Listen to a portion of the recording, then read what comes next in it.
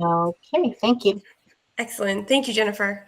Okay, so our first order of business is to approve the overall compensation limits for principals and other non-union staff. Um, we gave Dr. Z some feedback yesterday. Dr. Z and team, do you want to take it from here? Sure. Good evening, everyone. I'm going to share my screen. I hope.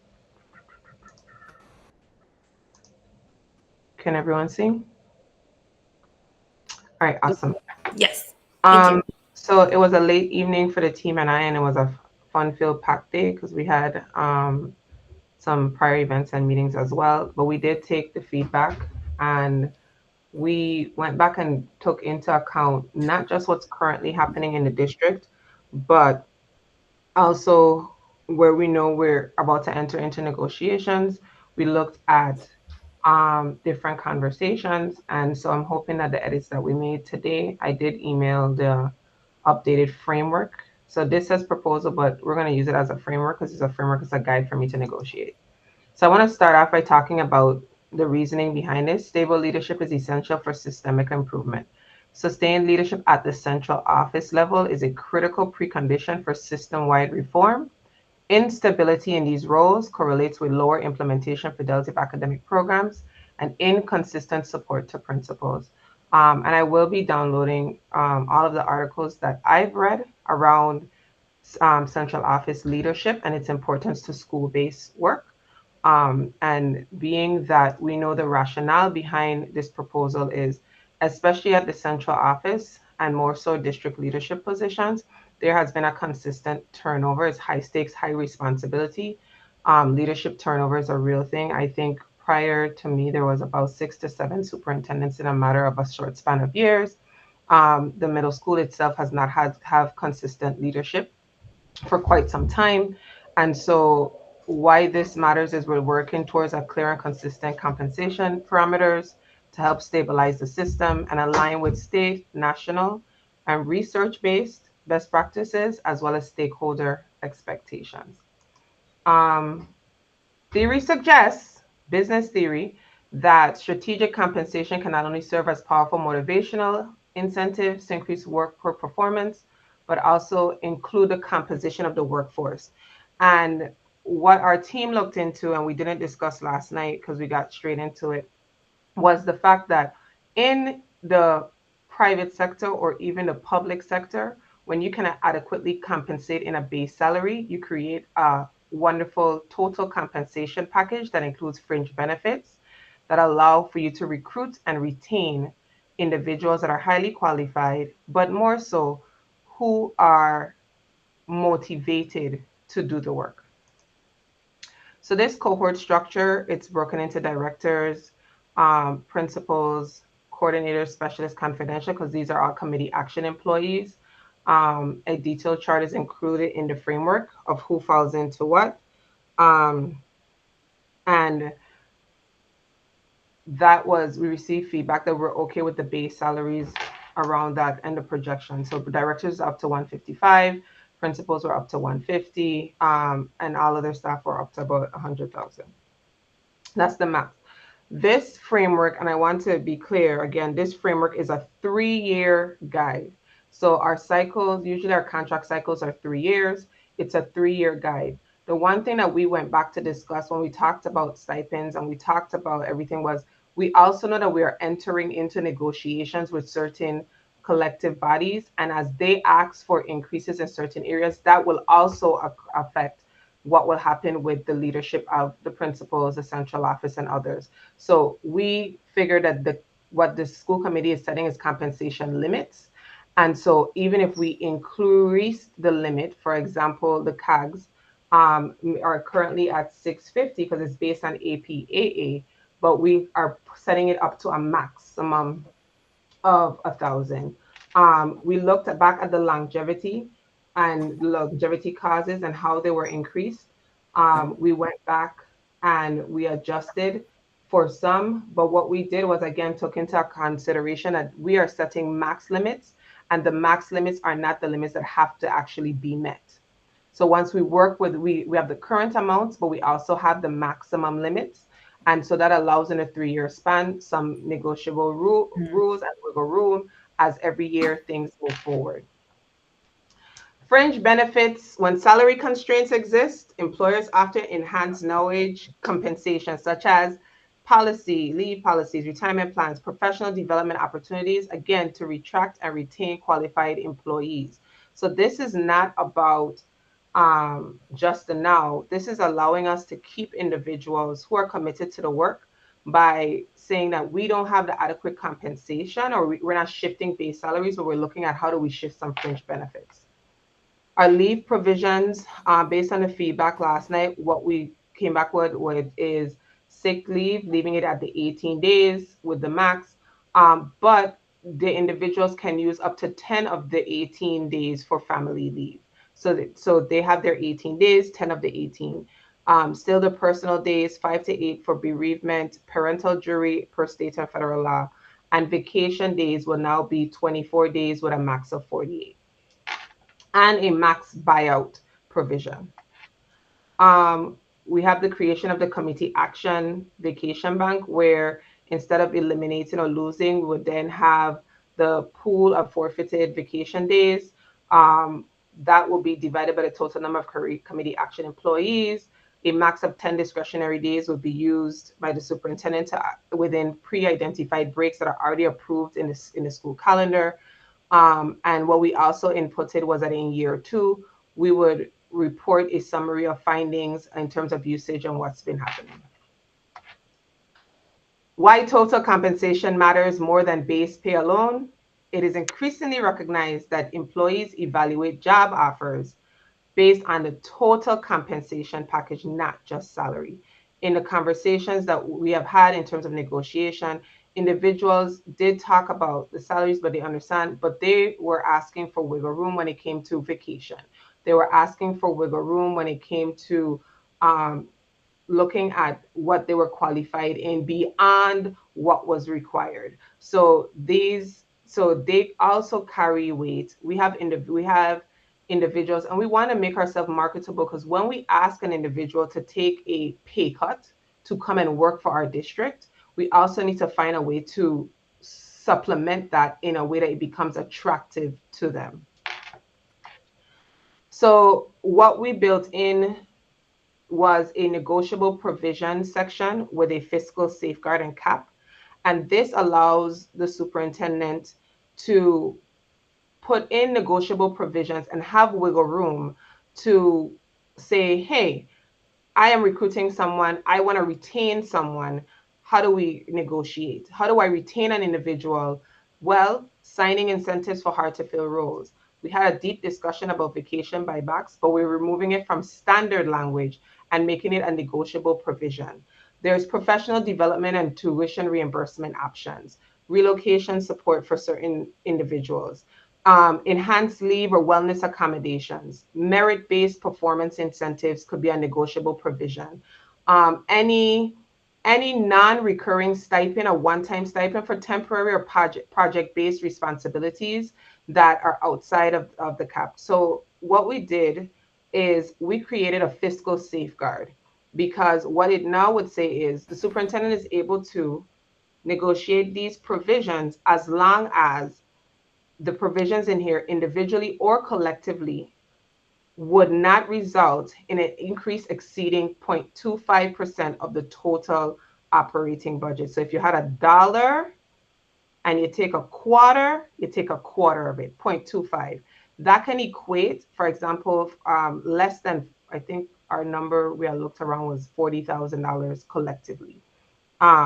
So it allows some wiggle room before the superintendent then has to come back to the school committee for exceeding it. So that means that outside these provisions are negotiable provisions. There are a wiggle room for, while we're trying to attract, retain in contract negotiations, for the superintendent to have a little bit of flexibility to offer certain things, but there is still a fiscal safeguard of it must not exceed 0.25 of the total operating budget.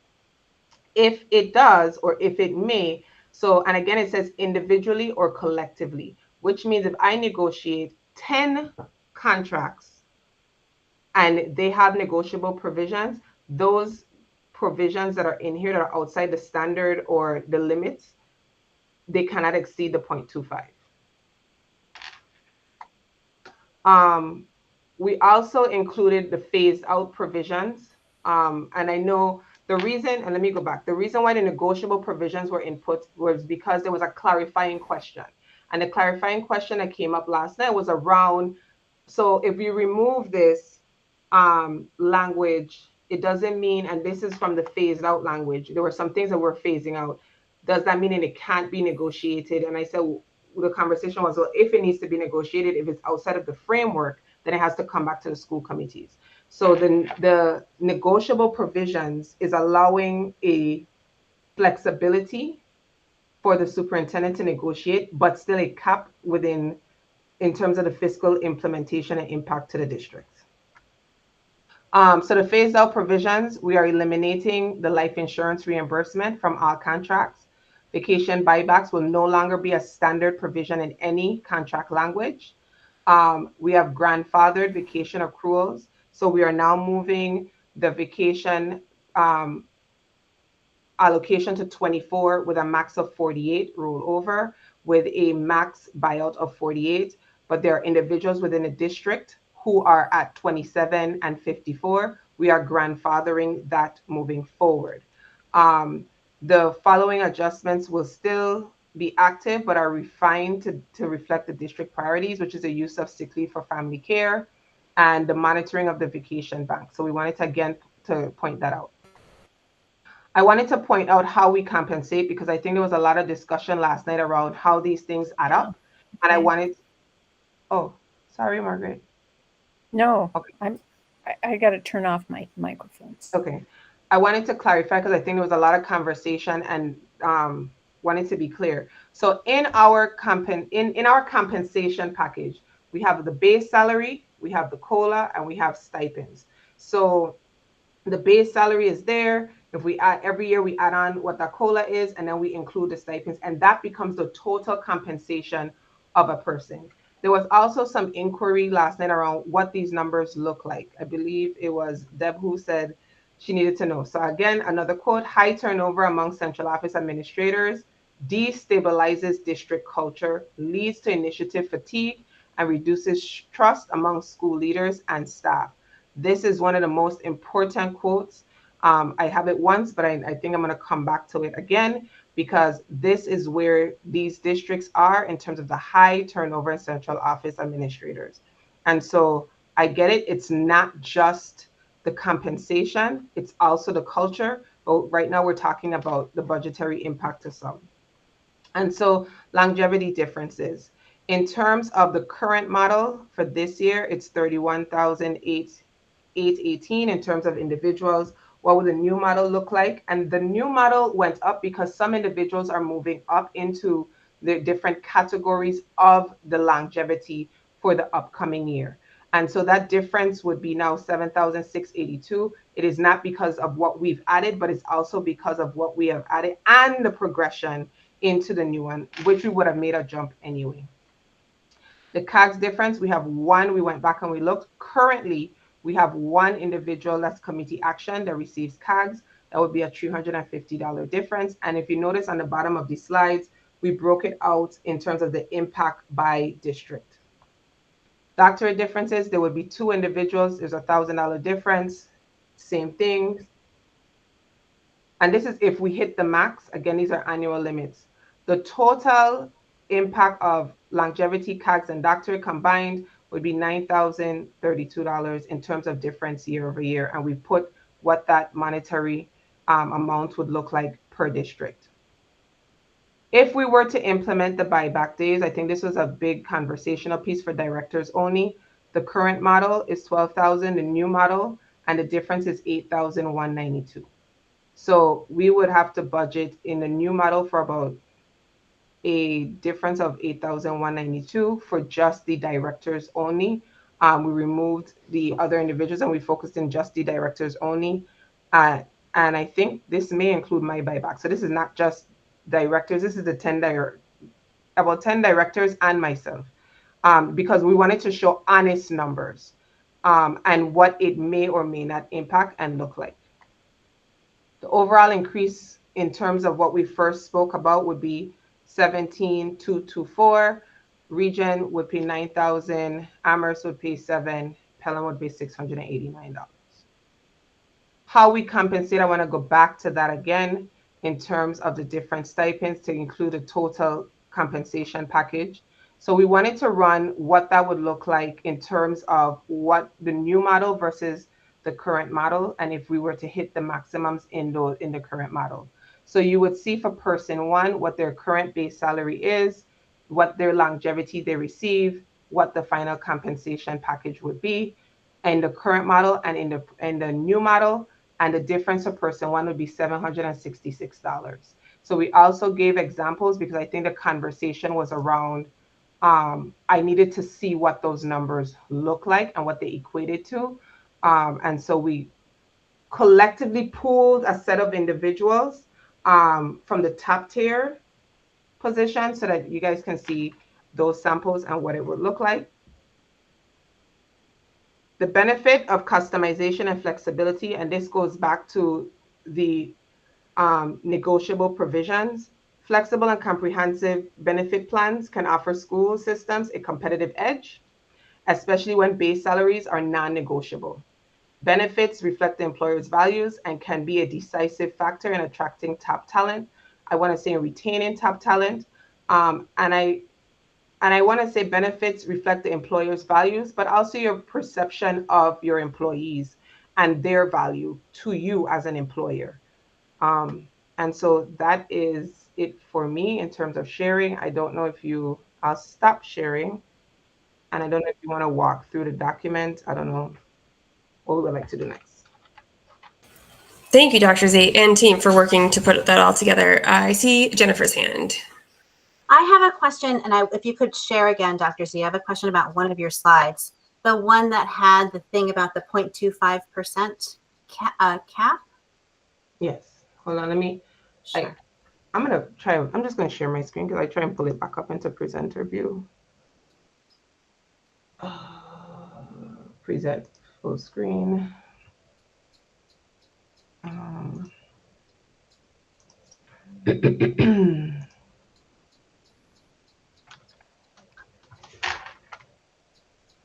Okay.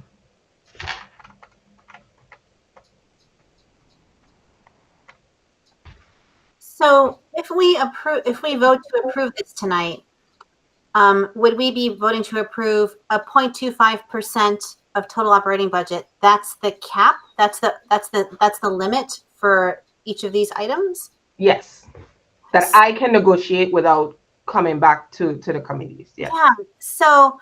No, not for each. Wait, not for each item. For this full section. That's what it says on the bottom, individually or collectively. Okay, and am I right that you're working towards getting all of the contracts on the same schedule so that they renew at the same time? Yes. Because then that would matter if whether or not something would be add up collectively if all the contracts are being done at different times. So that's good to hear. But there are items on here that I don't think we talked about last night, including signing incentives, relocation support, professional development, and tuition reimbursement. So I'm not sure. I guess I haven't thought enough about what I think about relocation, paying for relocation expenses for new hires, or signing bonuses for new hires. I mean, I understand the purpose, like hard to fill roles, and relocation is an incentive, but I don't know. And also, like, if those specific two things, signing incentives and relocation, might happen off schedule, not at a time when all the contracts are being negotiated. And so I don't know. I have to wrap my head around those two. Also, I don't know off the top of my head what the total operating budget for Amherst is, just for the Amherst district. But I know that the appropriation amount is around 28 million, because I said 28 million so many times the other night.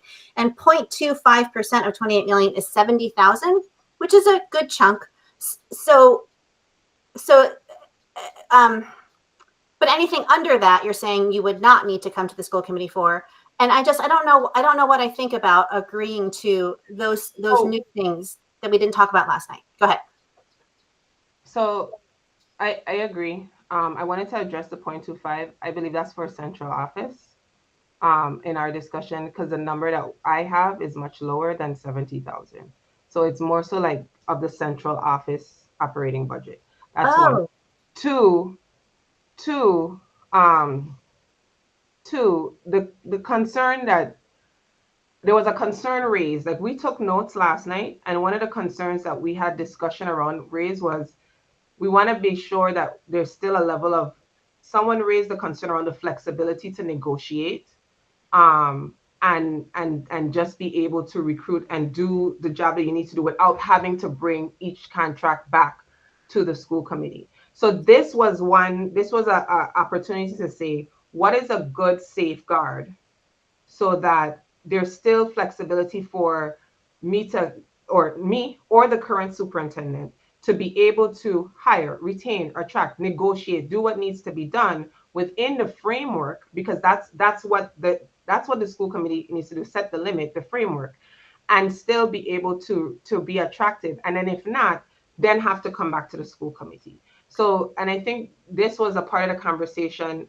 I'm not sure if it was William or someone who said, like, I just want to make sure that we're taking things away, but people can still negotiate. And so I'm not sure who said it, but it was in our notes. And so we came back and tried to make sure we reflected some of that feedback. yeah. And I totally agree that having a framework that you can negotiate within is a good idea and what we're trying to do. I just don't know about adding those new things to the framework that we didn't talk about last night. I have to think about it more.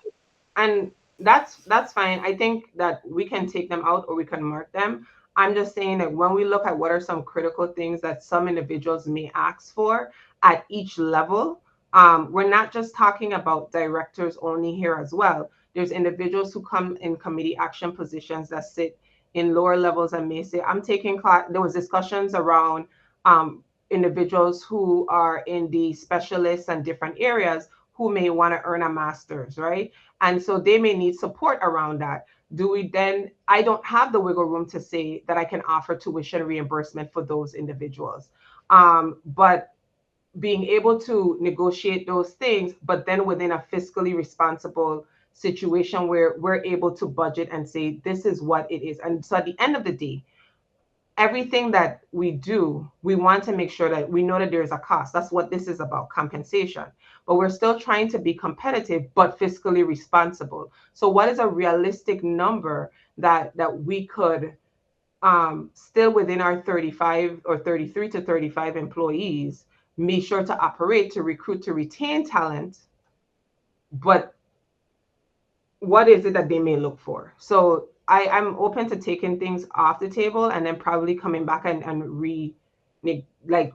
discuss it later. But the whole epithos of this provision came from the conversation around still having the flexibility to negotiate as a superintendent. And then how do I put those safeguards in terms of the concerns that the school committee had in terms of fiscal responsibility in there? So I understand the two areas, but I wanted to explain why. Okay, I understand. Just last thing, can you or Shannon tell us what the dollar figure is that you calculated? And it's 0.25% of what denominator? If you can tell us that at some point. Shannon, we came up with, I think it was like 40,000 we said when we did the 0.25. She's on mute. I know she's on, but she'll probably text me. Okay, that's fine. You can answer later. Thank you. Said yes, it was 40,000. She's listening. She's in an area where she can't speak, but she's listening. Okay. So Okay, she text me the answers. Okay. Thank you, Jennifer. It looked like Shannon was bumping in and out before, so maybe. She said it's approximately $40,000. The math that she did, so she said yes. Okay, and so that makes it the operating budget of the central office? Mm-hmm. Okay, great. Sarah, I see your hand. Yes, thank you.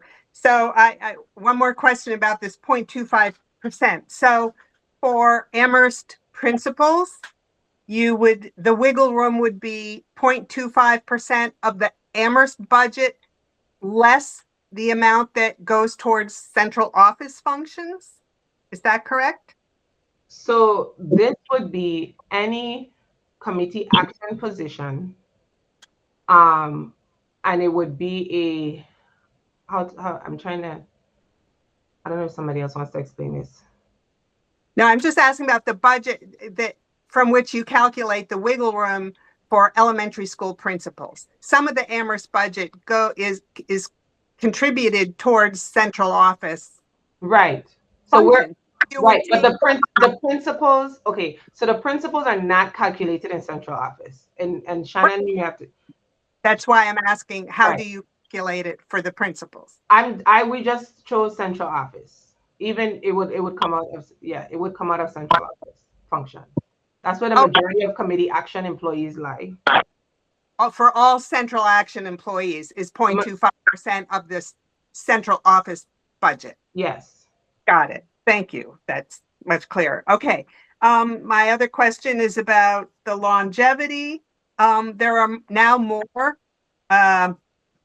categories of longevity. So did this agree with union contracts or something? Can you discuss this? So last night our notes reflected that we were asked to align the longevity to APAA, and so what we did is we went back and we put in what the APAA numbers are, including how they rank longevity. When we had presented it last night, we had summarized, I think it was like after 25 or 21 plus. Is there a feedback? Might be me. And so what we did is we went back in today and we adjusted and we put in what is currently in the APAA, and that's the current amount. And I am getting a bad feedback. And so that's why you see more there. Okay. So now, okay. So that's in agreement with APA. Yeah. Thank you. That's it, Cerebus.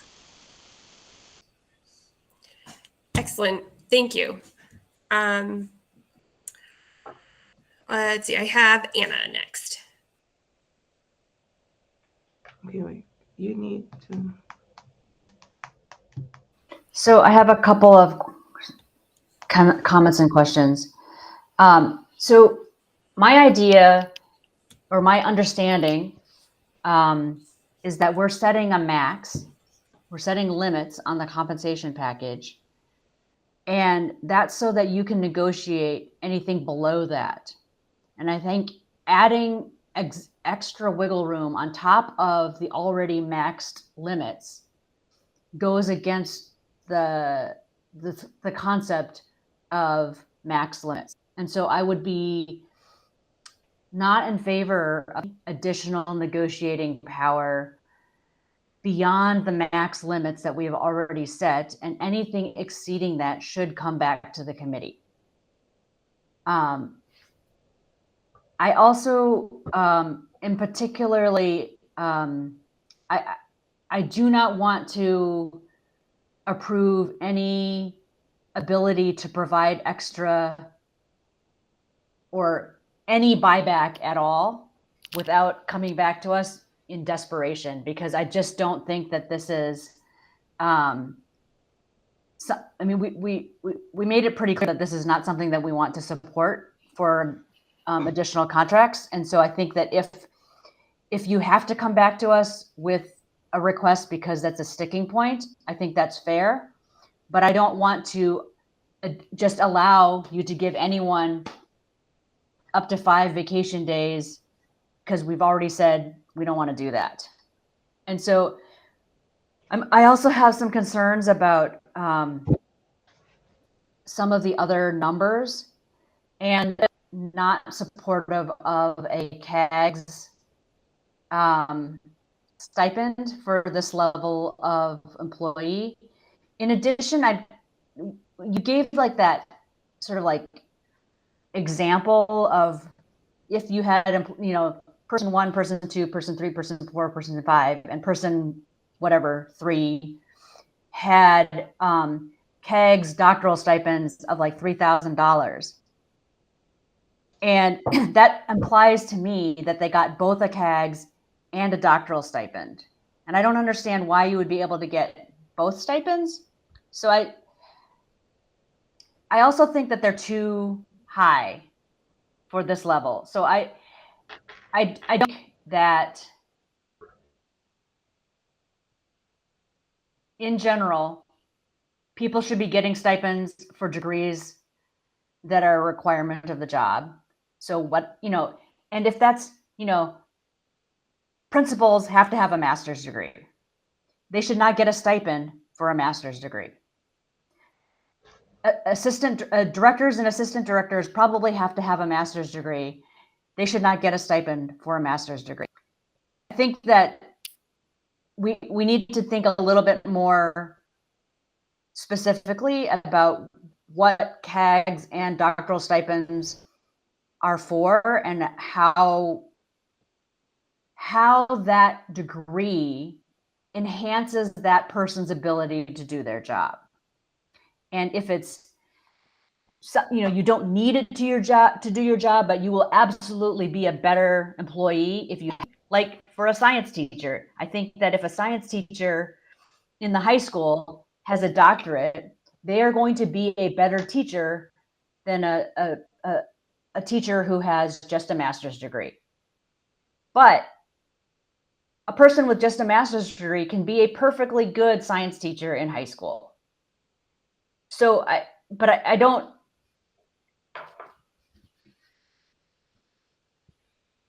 let's just say an executive assistant has a doctorate.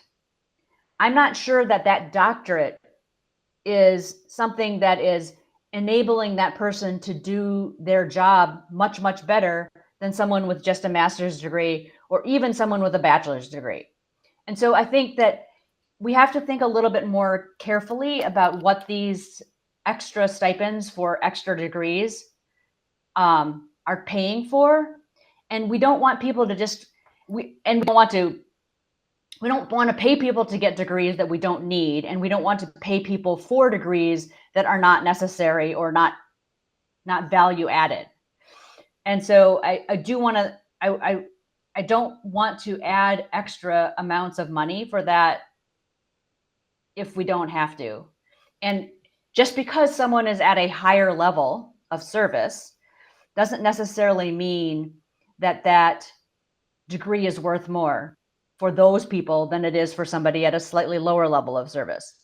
So what I would like to see, what I'd like to consider, and other people may disagree, in sort of like the private sector, a lot of times what you will see is a master's degree can substitute for 2 years of experience, or a doctoral degree can substitute for 4 years of experience. So if you have a position that's 12 years of experience and you have 8 years plus a doctorate, then you've met that sort of qualification.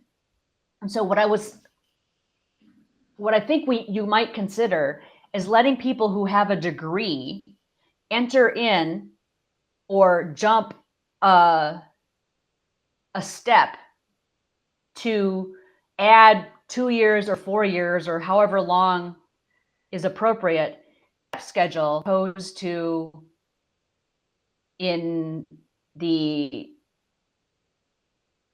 as a stipend. So if you look, but I guess with the committee action employees, there are no steps. It's just like what it is. I'm making notes because I want to be able to adequately address all your points, but no, committee action, there are no steps. So I want to, but I'm making notes, so I want to hit all of your points when I'm done. Okay, and then, so I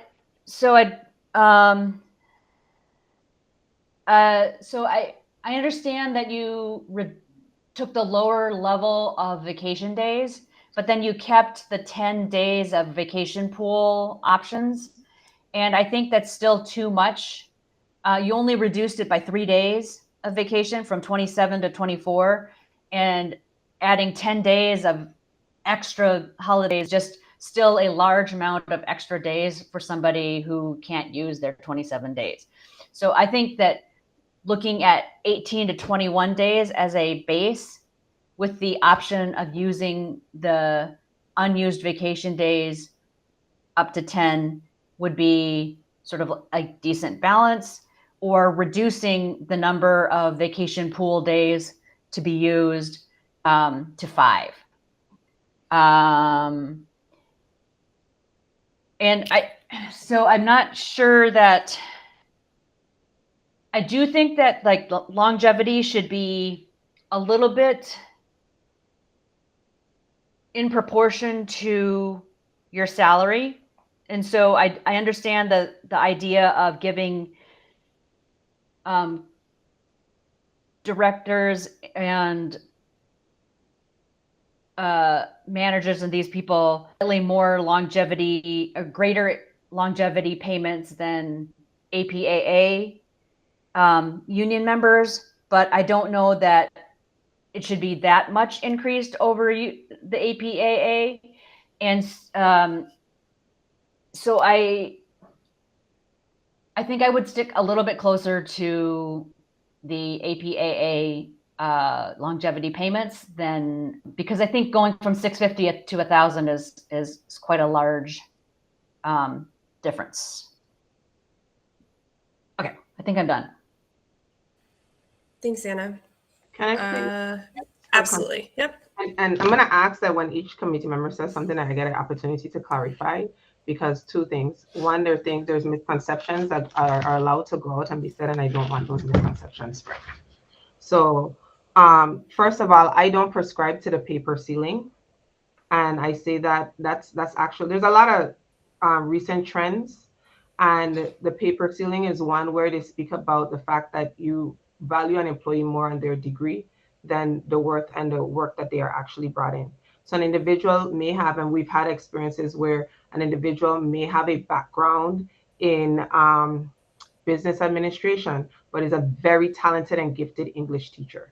And so I'm going to say that first and foremost, like, we have to understand that sometimes what we're looking for is not just the qualifications of the person, but the skills. With that being said, a lot of the jobs, I'm also going to say, and I'm going to preface this, these practices were in place prior to my arrival in this district. These compensation options were in place prior to my arrival in this district. So I do not want these. I may be adjusting based on market competitiveness and what we need to do to keep and retain talent. But what I will not say is that these are Xiomara Herman's new initiative in terms of the CAG's longevity. I'm going to say, I need to clarify what CAGS is. CAGS is a master's degree plus 45 additional credits. So it's beyond a master's degree, which is not wholeheartedly required for these jobs. That is one. A doctorate is not required for these jobs. Many of the jobs, including, like, I'm going to say in DESE, to be a superintendent, you need a bachelor's. Not because something is preferred means it is required. You are often looking for an individual's skills and talents to execute the jobs that's needed. If we are trying to build incentives for making sure we move individuals forward, we have to talk about what is in place. So I want to clarify that. Committee action employees do not have steps. They come in and they have a base salary. That is committee action. Committee action, and I need us to understand, this is not just about people in the central office who have the title director. That is why we put every title. This includes the individuals who are sitting in IS, who are sitting in operations, who are sitting from every level in this office. And it may be 33 individuals, but the foundation of any school district is the central office, because they support the principals, they support the schools, they support the actions. So I want to be very clear that this is not just for some, but this is for everyone that is committee action, individuals who don't have steps. So when we come in and we say this is the base salary because this is what we can afford, we also need to be able to say these are some incentives when you move forward, when you progress, when you build upon yourself. That's one of the things in terms of Jennifer's question previously around, okay, well, you didn't talk about tuition reimbursement, but there was a whole conversation. Anna, you brought up last night the fact that you would not be opposed to individuals, for example, in the specialist manager and those areas, receiving a stipend for progressing themselves. So to hear now that you brought up like they should be the ones who we should look at.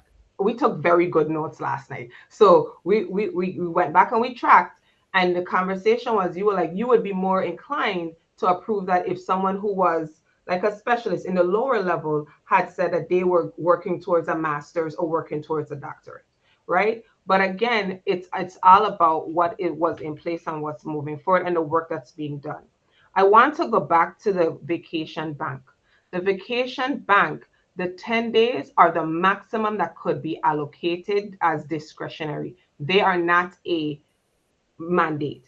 Each year, that bank will vary based on what the excess rollover numbers may be. So 1 year, we may only have 2 days that could be applied, and you still have your 24 days. The next year, you may have 3 days that may be applied, and you may have no days that may be applied, because we also have reduced the max amount of numbers that can roll over from year to year, because we went from trying to everyone varying to a standard number. So now everyone is at 24 to 48, whereas individuals are going from 22 to 27. And we have individuals who are hitting the cusp or starting to progress enough to actually go into the 27. Also note that this is a negotiation year for APAA, who I am sure is going to be looking at their numbers and asking for increases. And if we are asking to align, at least there is now a compensation framework with a maximum that we are willing to work within the next 3 years. And so setting a max here actually also standardizes the max across the district. Not saying that that is what we're going to give APAA because it's negotiations, but it also puts in place the fact that we are setting, we're fiscally responsible enough to say, this is what we are going to plan for moving forward. So I want to be clear that these individuals, the committee action, it's been a long night. So the committee action individuals are actually not in a union. They're not unionized. They're at-will employees, and they actually don't have every year where they accrue they don't have that step plus cola increase that other individuals have. So when these things come in place, they actually help to offset and to again become a compensation package, because they don't have the benefits of a unionized employee. So we talked about clarifying CAGs, longevity and why it's there. And again, I'm looking at talent, I'm looking at retention and attraction. And so we're open to the conversation, but again, I just wanted to clarify. Thank you, Sarah. Thank you, Dr. Z. Bridget. Did we lose her? Yeah. Maybe she's gone. She'll have to come back. Okay. Irv. Yes, a couple of things, Dr. Z. I was wondering what percentage of the overall budget does central office represent at this point in time? Oh my gosh, I have to go back. We did that slide a while back, but Shannon texted a suggestion about the negotiable section, and I want to pose it. She said that her suggestion was to just put the flat rate number, so that because percentage fluctuates from year to year. So instead of saying 0.25 and it's moving up and down, we just clarify that the 0.2, like we just change it to $40,000 as the max. So that's an edit that we would like to put forth in terms of that section, and I agree with her. So, but Irv, we presented that, and Shannon, was it like 5 or 10? It's less than 10% the central office was in terms of the overarching budget. I don't remember how much it was. The largest percentage is usually the other schools. I'll have to get that to you, Irv. That's all right. The question I have is that 0.25% is something that would occur year over year, and is that cumulative year over year? So it wouldn't be like add up every year like it's going to roll over. No, In it'll other be words, it's 0.25% this year no, of the entire budget, but the budget you're saying will remain the same. That central office budget will not have any kind of increases except for that 0.25%. no, that's not what I'm saying. So two things we're going to do is we're going to change that 0.25 so it's not a fluctuating number because year over year the budget will change. The operating budget will change. It may go down, it may go up, depending because whenever so the one thing I do want to say publicly is whenever we have to balance off the budget, the greater cuts in terms of colas and stuff comes in at the central office. Central office is who everyone else may get 2.5% or 3%. And because to balance off the budget, central office may get 1.5%, just so that we can move forward from year to year. So central office is often at risk. But what I will say is that the suggestion that Shannon made, and I agree with her, is instead of putting 0.25, we just change that to a set number, which would then be 40,000, set it as 40,000 or a set number, 32,000. I don't know, whatever the committee feels, so that every year it's very clear as to what that wiggle room would be. That makes more sense to me because I just see that as possibly being cumulative. But if it's set, it's set. It's just a number that's always there, and it doesn't change on a year-to-year basis. That to me is more palatable. Okay. The other thing is the stipend for executive directors of up to $7,500. Is that a one-time stipend, and it doesn't occur, or does it add to the person's salary? One time. So one time only. So they get it one time, and it doesn't happen the next year. It's just that they get it one time. Is that correct? I'm lost. Maybe I'm confused by the One time annually. It is Yeah. it is an annual stipend. One time, once a year. For every But year if that you have. it's one time, that's the question. Is it just one time only, or is it one time year after year? one time year after year that they do they take the role. That's something that I can't agree to. That just adds another amount to the budget that we could not afford. I mean, I can see a one-time stipend and say, hey, you're coming on, you're doing this extra work. However, this is a stipend that's only one time. It doesn't occur for the next year, the next year, the next year, the next year, because that's one question. So I would not like to do that. Secondly, does that stipend count towards the increase in their salary? If a person's making $10,000, will now be $17,000. It does not get added to their base, but they do get it every year. But when it comes to a percent increase over their base, it doesn't get included in their base, but they do get it every year. All right. So that's something that, if it's coming, I can see it as a one-time reward bank. That's good. But year after year after year, it may not be a part of their base, but it does increase their salary. And that by increasing their salary, that increases the overall bottom line of the budget. So that's one thing. Let me see. Yep. So I would like, while you're looking for the next question, Herb. So is your comment that individuals should not be compensated for additional duties or anything outside? Like you're saying that they do the job but don't receive, because it doesn't have to be the same person every year. And so are you saying I'm trying to clarify, because I don't prescribe to asking individuals to do things.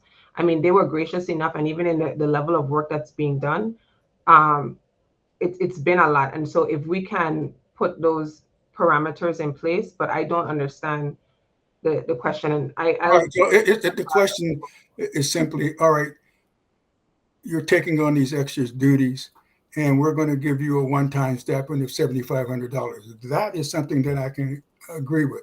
But then to have that stipend go year after year after year, even though it's not doesn't add to their salary, it increases the bottom line year after year after year. And the other thing is, we don't know, or I'm assuming there's a number of people who could potentially get this. So we don't know if it's up to 4 people, and that's year after year. That is a number that adds up over time and also increases that bottom line. And so that's something that I have a deep concern about. I think that's it. Yes, that's it. Thank you, Irv. So Bridget is back. Bridget, would you like to try again? Sorry, y'all. Yes. Thank you. I wanted to just like avoid spending a lot of time relitigating things we already decided on last night. So I asked Sarah Beth to send me the picture and to talk about what Irv is talking about right now. And I think we all were under a general impression that these are annual numbers. So so there's that, but we voted in favor of the executive stipend, only 4 were against it. But we voted against the doctoral and CAG stipends. I don't agree. I have a PhD. I like to get paid more for it. But I was on the wrong side of that vote. 7, it was 3-7 and 4-6 against. So those shouldn't be in there. And then this is probably just my understanding. I thought the 5-day buyback would go away when the vacation pool began. And it seemed like there was a sense in the room that most people were against the 5-day buyback. But Anna was correct. I think that's what she was talking about when she said, I didn't have the vacation buyback in there. I was thinking the end of service one. But I think she was talking about that one. We didn't vote on that. And the very last thing I'm thinking about is that math on 0.25% still doesn't math up to me. You guys talked about that when I was gone. So I would, I guess I'd say that when the time is right, I would make a motion to vote for this without the new long slide that Jennifer pointed out in the beginning, and with the doctoral and CAG stipends removed to stay sort of true to our vote. Those are my thoughts. So I'd like to clarify. When I went back over and I said I wanted to get a pulse of the room, when my notes and my team's notes show that when it came to the stipends, the advanced and the longevity, if it was said to align to APAA. That was my notes. And it said if it aligned and the room, there were thumbs up, there were thumbs to the side. So I have the picture, but we also had notes because that is why I walked back through each section to get an understanding. And that's what I have. I don't know if anyone, me and my team, we went through, we compared our notes. There were 4 of us, 3 in the room. And those were the notes we had when it came to that section. That's one. The second part that you talked about in terms of the vacation buyback, they were removed from the standard language. But again, there was a conversation around being able to have the flexibility to negotiate what that would look like. And these are things that even in the other contracts, they are actually negotiating points. That is why it's not built in. And if you go down in the document where it says phased out provisions, I clearly put vacation buyback, no longer standard provision. The previous option allowing this will no longer be included as a standard provision in committee action contracts. While this benefit may be negotiated on a case-by-case basis, it will be subject to superintendent review and fiscal consideration. Inclusion of this provision is not guaranteed and will be evaluated based on individual circumstances, operational needs, and alignment with district goals. The shift ensures equitable application of benefits and better alignment with district-wise. And they also talked about, that's why it's put up there under the cap. So I just want to clarify that. And we did clarify that we would edit the 0.25 and make it one set number. And the number would be 40,000. So I think in terms of the vacation buyback, it was removed from the standard language. It is under the phased out section, but it's still, because many individuals, it's in contract languages that we have received, standard contract languages. It should be a negotiating tool. Like, it is a tool that for many individuals, It helps to mitigate unexpected large payouts at the end of every employee separation by reducing the accumulation of unused vacation days. Like that's also something that we're taking into consideration because that reduces the number of vacation days every year that roll over. Even if they're at 48 or you're hitting the 48, it also reduces that and it allows a district to decrease that final payout liability that we do when someone leaves. So again, we did take the time to think about the impact to these options. So it seems like a fun, like, hey, let's give them monies for this. But when someone leaves, even if they had the 48, when they the 5 day buy, we're going to pay them for 5 or we're going to pay them for 48. Well, now 48. We have some individuals who we're going to max out at 54, but that also reduces the amount of vacation time that they roll over year because we are now paying that out in smaller portions instead of a large portion when they decide to separate from the district. So I wanted to clarify that and still have that as an option. The committee may not see that and see the benefit of it, or some members may not, I don't know. But I think that we need to understand that this actually took time to research and to determine what the fiscal impact would be. But so yes, that's why it's under those two sections. And in terms of, like I said, the doctoral and CAGs, my notes and my team's notes stated to align to APAA. And I went back to the conversation of this is actually a negotiation year. That's why it's under a max limit, because during negotiation years, things change. If you would like us to put, like, I figured that that's what we did. We put what it is. We aligned the timeline. We put what the current amount is, and we put what the max would be. If in APAA negotiations this exceeds or this moves forward, we have a max. And that's where those two came from. And I think those are the 3 points for Bridget. Well, thanks, Dr. Z. I think I still feel fairly similarly because the language around the incentive is different than on the CAGs and doctoral. We were talking about the incentive in a different way, I thought. So I just felt like we were pretty clear in the other area. Which And incentive, Bridget, just to be clear? It was the incentive. When you said incentive, I believed, or I think that it wasn't mentioned, the doctoral and the CAGs. The incentive that we were talking about at that point was a different one that we voted in a different column. The stipends? Hold on, I'm going to the picture again to see if I can understand it.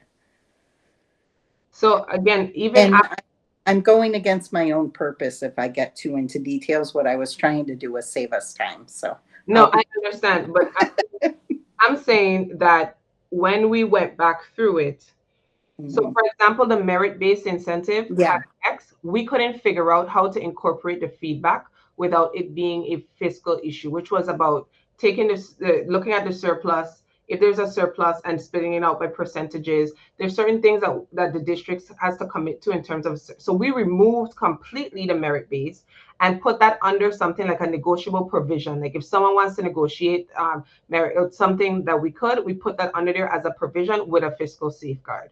We went back and we looked at that section, and I have it marked here in mine. Jennifer, you have yours, or is yours in my office?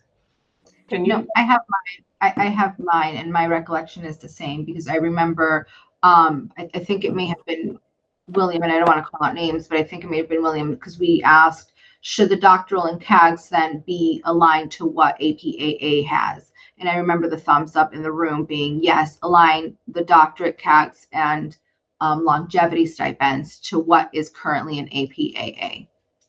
We could fix it by just taking a quick show of hands right now too. So, I mean, that's fine as well. I'm good. Thanks. Thanks, Bridget. So I quickly want to say thank you to Dr. Z and her team for breaking out the changes by the different districts. I thought that information was very helpful. And I want us to remember and recognize the work our central office puts in our principals and the work they do to keep our organization running and keep our students at the forefront of what they're doing. They do a lot of work and a lot of really heavy lifting that's really hard, and they do it all in the background. So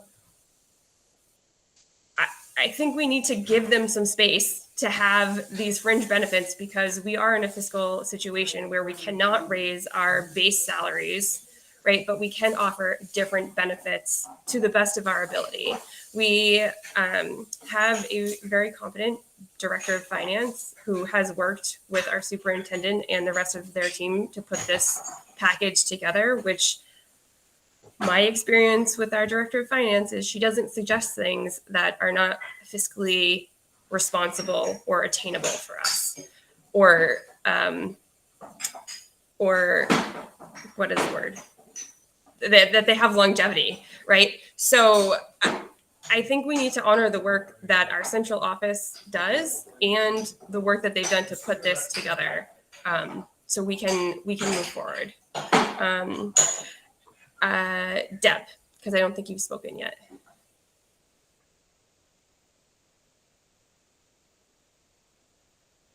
Hi. As always, I have sort of operational questions, but also an overarching question. So one of the questions I have is how many central office contracts and how many principal contracts are being negotiated this year?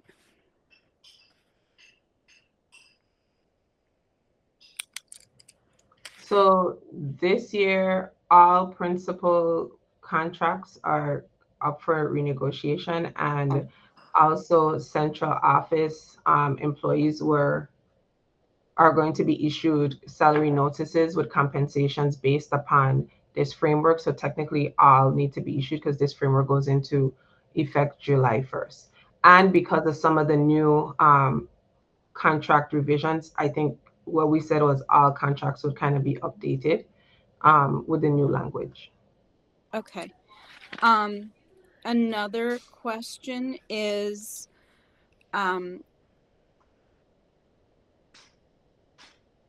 you said that there was a lot of turnover recently in these positions, and these incentives were going to help the district show the value to the administrators who are leaving. How many have left in the time you've been here? Principals and central office staff. So I am not going to sit here and say that I said recently. I said historically. Historically, yeah, because I included the fact that within a certain range, there were over 6 to 7. I was informed and I looked and I counted, there were 6 to 7 superintendents. Okay. And even the middle school has had a high turnover. So I know since I've been here, individuals have retired. And I think that we should graciously definitely say if someone wants to enjoy their retirement to do so. So I think I've had 2 individuals that have retired, and from central office, and they had very direct conversations with me even prior to them even deciding that they were going to retire. I don't prescribe to things. I also will say that we've had a recent, so for example, we've had thank you. In the past couple of years, we've had a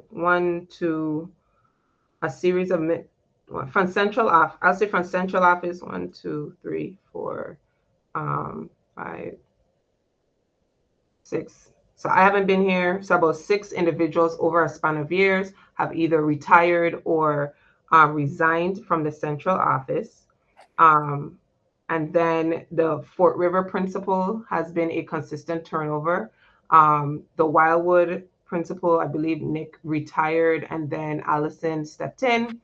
And then we all know that the middle school principals have been a consistent turnover within these districts. So this is not, again, this is about not just for current individuals. This is looking at historically what has happened, and how we need to attract individuals. Some of this, like even with, I've had the opportunity to speak to some individuals who have left the district, and they said at a certain point, it was a level of personal and professional risk working for these districts that, that they have had to face. And that's some individuals who have sat in principal positions. And so if that, the reputation that the reputations are positive and negative. But when you sit and you have the conversations, when an individual who worked in leadership says this, it becomes beyond professional risk, but personal risk working for a district, that becomes a part of the narrative that we have to shift. So I'm saying over the years, there has been leadership turnover.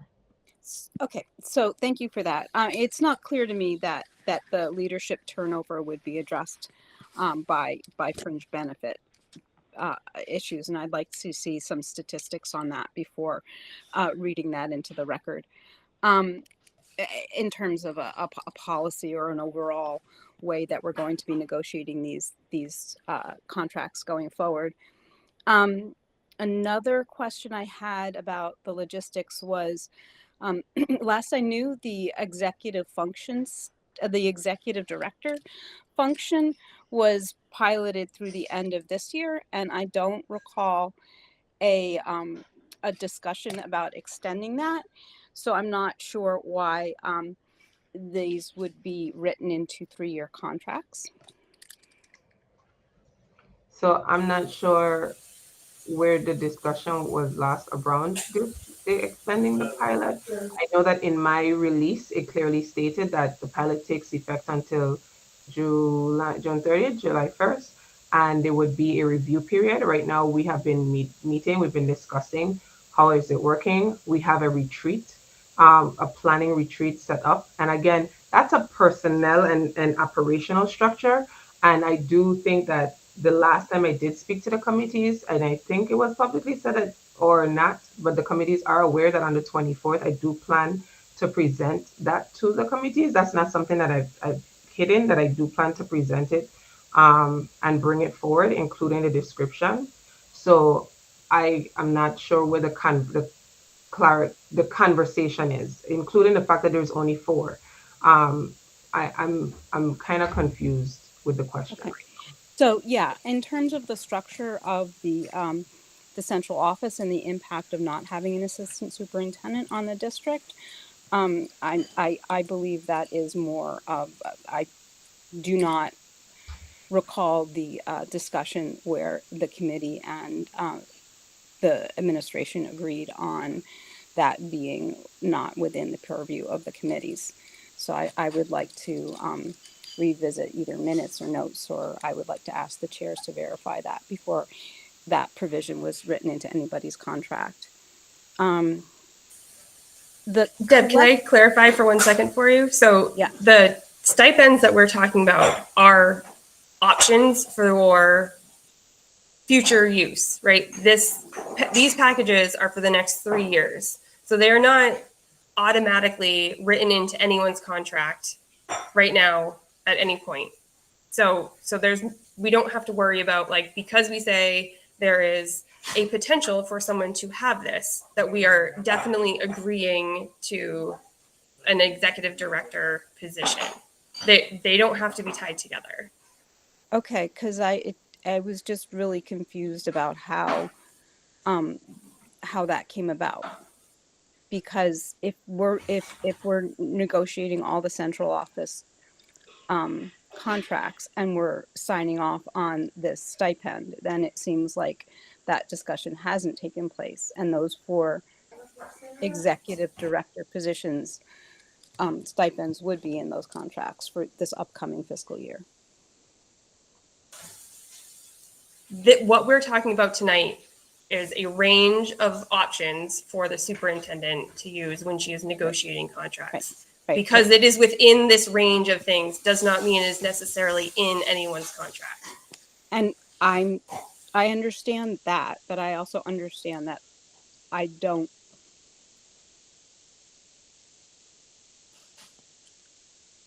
would not be comfortable approving an executive a director stipend for this upcoming fiscal year period. then logistically, I don't understand how the collectively how you collectively keep these increases at capped at a certain level if you're having discussions with all central office and all principals. So if you have a cap of $40,000, $50,000, $70,000, and you're negotiating all of those contracts at the same time, how does that work?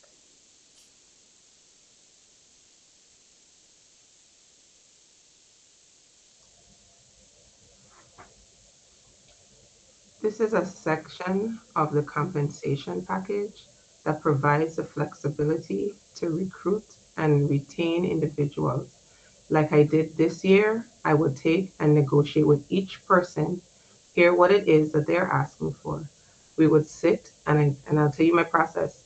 I sat, myself and the HR director. We captured what they asked for. I said, I cannot promise anything. I will get back to you. I then sat, myself and the finance director. I went through each person's ask. I went through what the impact would be. I went through what we have projected in the budget. We then put it on a full Excel spreadsheet. We do what that total would be. She said, Dr. Z, we can afford this. I said, great, we can't afford that. We said, great. We went through each step for each person. The difference is that we did higher level, and then we came to the impasse of the fact that learning that the compensation limits need to be set by the school committee.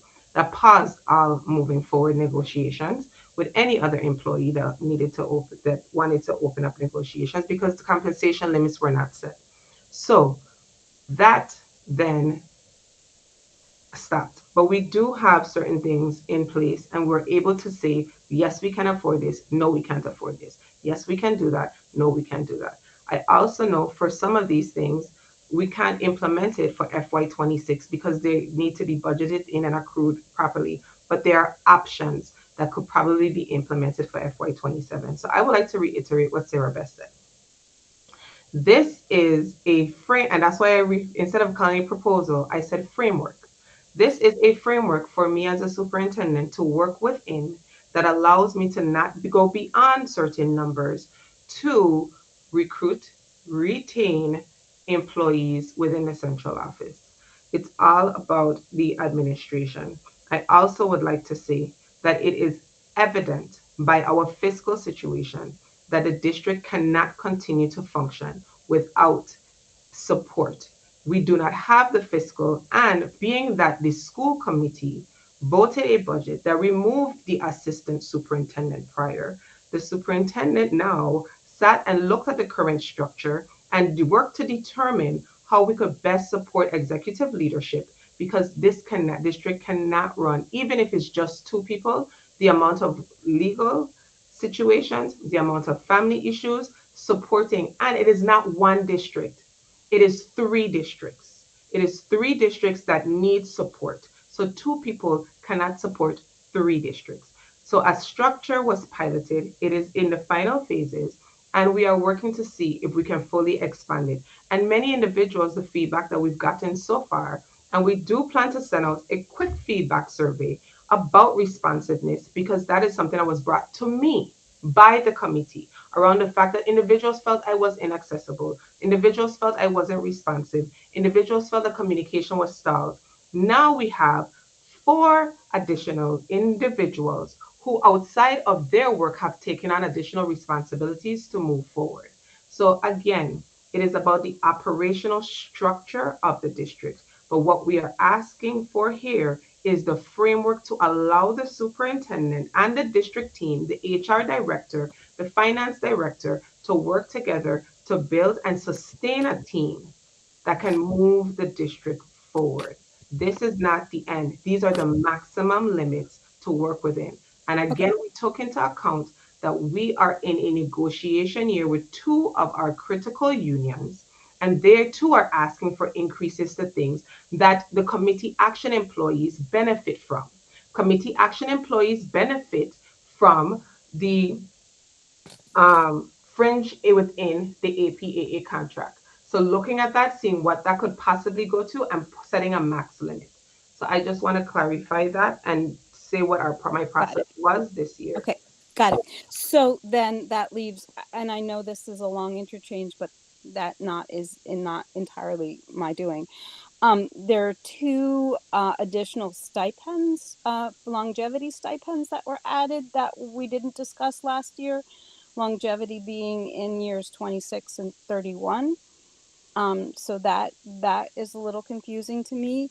And then the last part is then I'm still looking for a financial impact for fiscal year 26.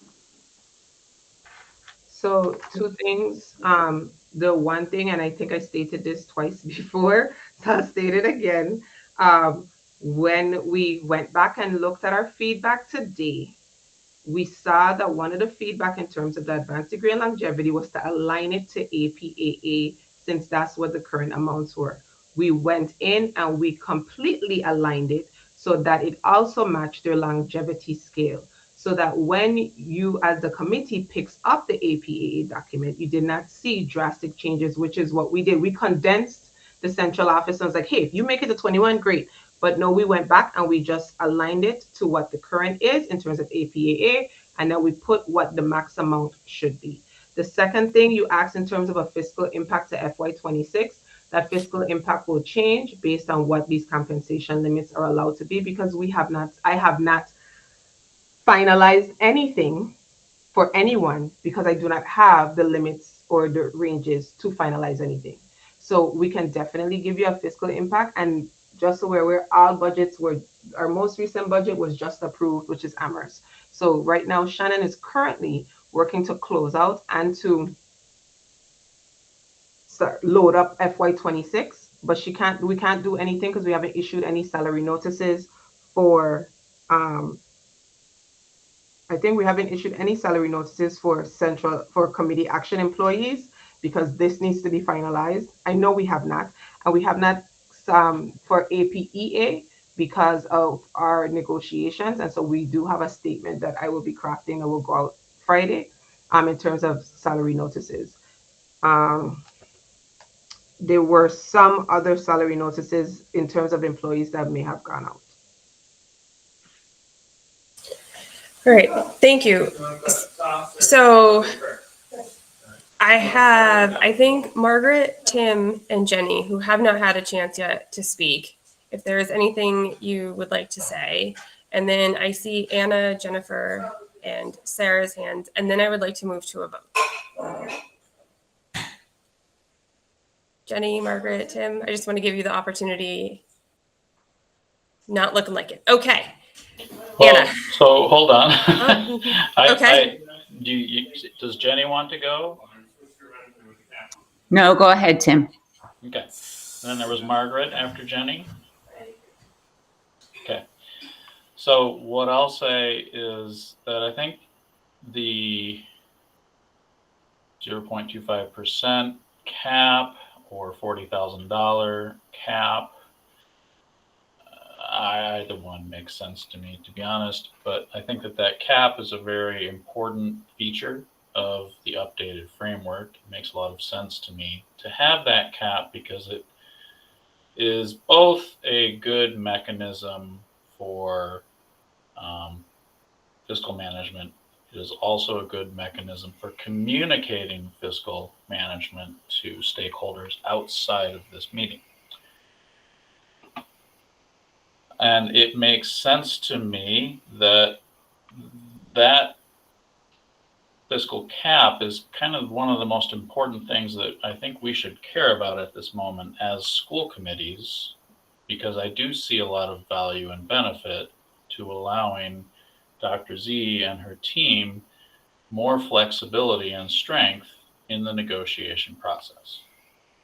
So I think we're getting lost in details that we can relieve ourselves from a little bit more than we are, because the new framework gives us this fiscal cap that we can use to manage and monitor the thing.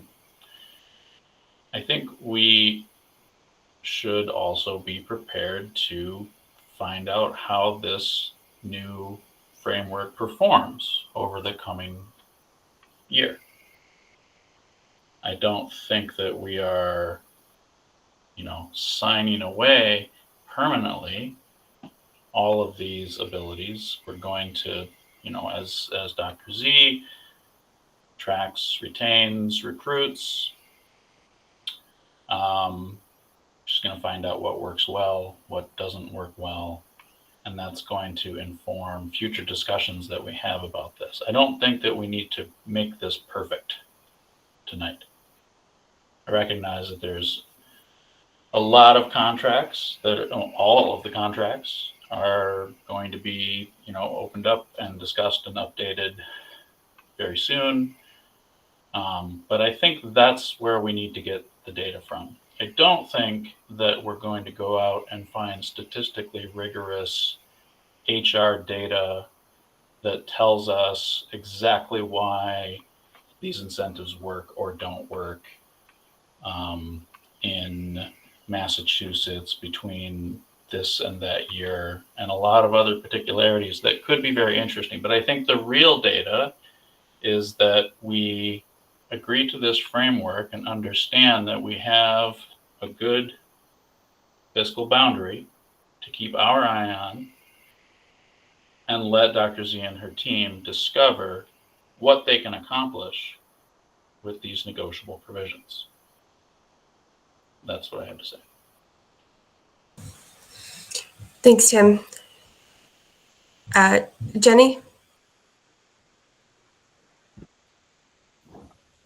I actually agree with everything that Tim just said. I think I do appreciate the addition of the cap, and I believe that the team is making every effort to be fiscally responsible while also keeping open options that are really important. As I said last night, staff recruitment and retention is a huge issue nationally for school districts. It is really important to be competitive because there are not a lot of people out there who are qualified and of the caliber that we want to have in our district. And so I am in favor of giving Dr. Z and her team the flexibility to make these positions competitive and desirable to the folks that we want to have join our district. Thanks, Jenny. Margaret? I kind of go along the same lines with Tim and Jenny. Dr. Z and her team did take some of our feedback and make changes, which we talked about last night. I think that having the cap is going to give her flexibility, and the things that are in that category, different things, different people, things mean different things to different people. And this really gives her a range of options that she can negotiate with people. It doesn't mean she's going to give everybody a 5-day buyback. It doesn't mean she's going to give everybody something else. And so I think that was very well done. And I trust Shannon to have worked out what she thinks we can manage. So yeah, I'm okay with this. Thank you. Anna? Excuse me, Sarah Beth. I'm sorry. Yeah. I had my hand up before Anna's, but my hand went down when I answered Irv's question about the thing. And Anna has spoken since I last spoke, so sure. Hi, thank you. Yep. React to a few things I've heard from other committee members. First, I'm totally okay with the giving Dr. Z the room to negotiate 5 buyback days for director levels. I'm totally okay with keeping that in. Regarding the education stipends, am I just yes or no? Am I right that did someone say that the amounts for doctorate and CAGs match APAA? Is that right? Oh, Okay, great. And I'm okay with it because of the way it's worded on the, at least on the presentation, which is that, I keep losing the page, which it's that it says it must be related to, all stipends must be pre-approved by the superintendent and tied to service or strategic work. So that means that like an irrelevant doctoral degree, why not that anyone would get that, wouldn't, I would imagine she wouldn't approve an irrelevant doctoral degree. So I'm fine with those two. I'm also fine with the executive function stipend being yearly. And I hear what Deb's saying about how we haven't approved those positions yet. So, but these contracts need to be approved. So how can we approve it if we haven't? How can we approve the stipend if we haven't approved it? But I mean, Dr. C, I would just suggest that you put something in the contracts like, for each year of this contract that you serve in that role, you would get the stipend. And that means if you don't serve in that role because we haven't approved the positions, then you wouldn't get the stipend. So I think I hear what Deb's saying about it being the order of operations being a little off, but that doesn't bother me. And lastly, I'm sorry. So overall, there's no deal breakers in this proposal to me. I don't love the signing bonus and relocation expenses because I feel like those are two things that, knowing this committee, we would have talked about more if they had been presented to us last night. We talked about, like, do school districts do this? Is this? But and the fact that they were brought to us tonight but not last night, I don't love it, but it's not a deal breaker for me. And lastly, I'm sorry to do this, but can you explain the vacation bank? I have some specific questions. I'm hoping that, Dr. Z, you can just answer my specific questions so I can be laser focused on the parts that I don't understand. But so I'm hearing that you look at all of the forfeited all of the vacation days that will be forfeited as of June 30th. And so those are days that people would lose as of June 30th. Is that right? Yeah. And then that number divided by total committee action employees gives you a number, like 8, or something like that. And then you would use those, that would allow you to, the next year, close the central office for up to 8 days. Right? Yes, but the days would be, according to this, pre-identified breaks that don't affect the function of the school. So it'll be the days that the schools are closed. Sure. And then does each committee action person then have their vacation days reduced by 8? No. They just get 8 extra days. Mm-hmm. Okay. Then I don't quite understand. So I guess it's a bank of forfeited days, but then that just gives them more days it makes it even harder for them to use up their vacation days because they won't need to use them during those periods. I am okay. I understand it, but and again, it's not a deal breaker, but I understand what you're saying, but I don't understand how it helps. But again, it's not a deal breaker. So, do you want me to explain how it helps, or you want to go ahead? Sure. No. Yeah, go ahead. Explain how it helps.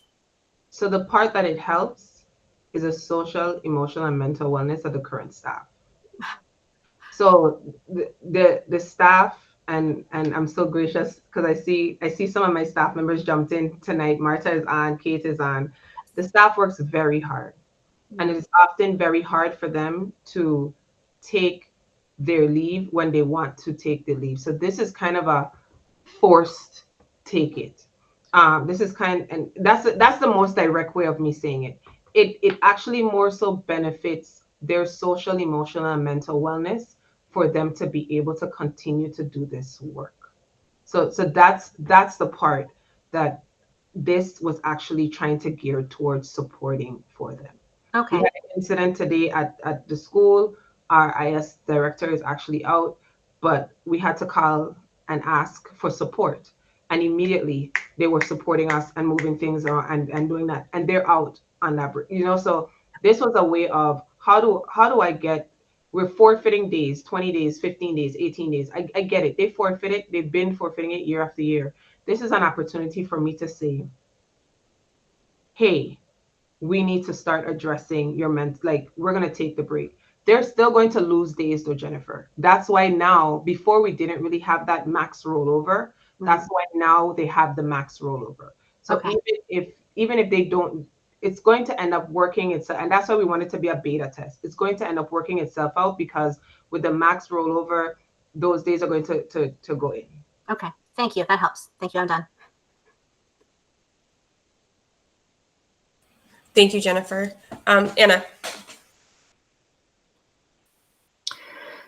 Okay, so I'm actually still against the negotiable portion of the presentation. I think that the whole concept behind this guidance and limits to the overall contract was to set a limit to the overall contract, and not to set a limit plus wiggle room for the overall contract, because then that would just be an increased limit.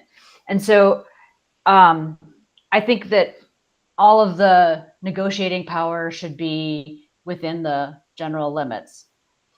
That being said, if the rest of the committee does not agree with me, I understand that. And I would still argue that the 5 buyback vacation days should not be a part of the negotiable portion. I think that we very strongly decided that vacation buyback should be eliminated, and we should not do that. And so I am against putting that back into the play. I'm against putting it back into play for some people. I have a high suspicion that if we give her the ability to put those 5 buyback days back into contracts, all of her staff are going to say, I want to be able to buy back 5 vacation days every year. And I just don't think that's fiscally responsible. So I would say that is, I would not support putting that into the negotiable package. The other portion is about extra vacation and wellness. And again, I think that that's not really something that should be negotiable within a one-on-one decision. And this is purely, I think the reason that I have such a hard time with this is because of my experience in the private sector, where you don't get to negotiate your vacation package on an individual basis. The vacation package is the vacation package for everybody. And so giving one particular person a better vacation package than her coworker is unfair.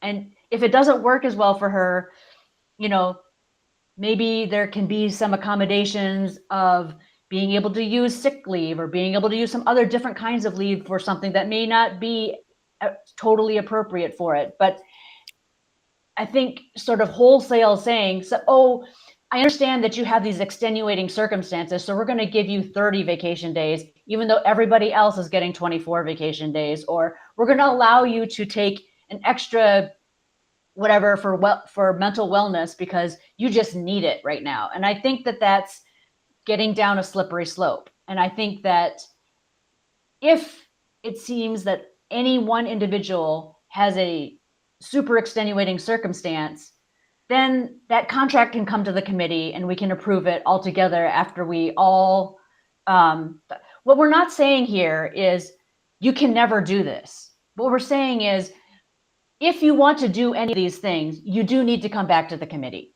And I don't think that's this huge mountain to overcome. I think that in general, you will be able to stay within this guideline, and that the negotiable section that you have added to this can be done on a one-off basis.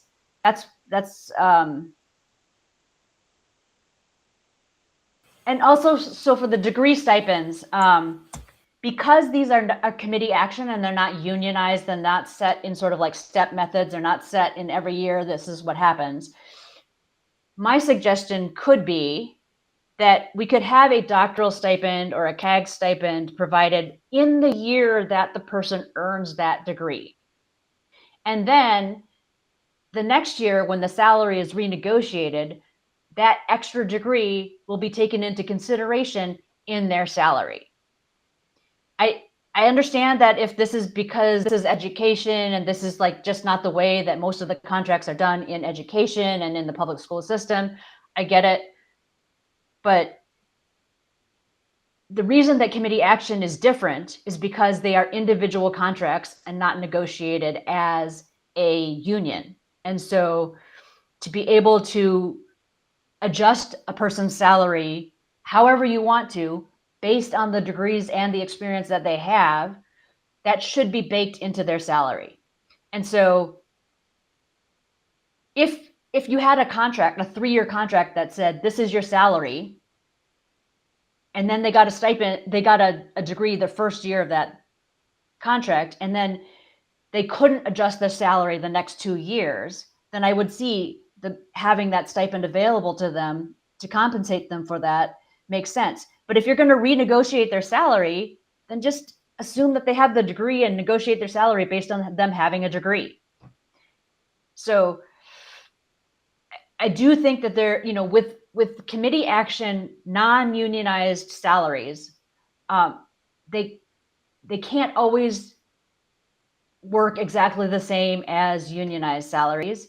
And I do understand that the benefits package has often been based on the APAA benefits that are being offered. And maybe that makes sense. But I do think that a little bit more coherent fringe benefit policies overall would help the district out. Thanks. Thanks, Anna. Dr. Z? It may be my cultural difference, but there's sayings when you refer to people from the Caribbean, and I've had to adapt to the culture of Amherst and Massachusetts. We don't refer to individuals as she and her, and so just so in a certain context. And there's been a lot of conversation around the work and trusting of Shannon. And as I stand on the proverbial glass cliff, the comment of setting additional limits will give her the opportunity to negotiate certain things. Puts the fact I didn't mean to refer to anybody in particular.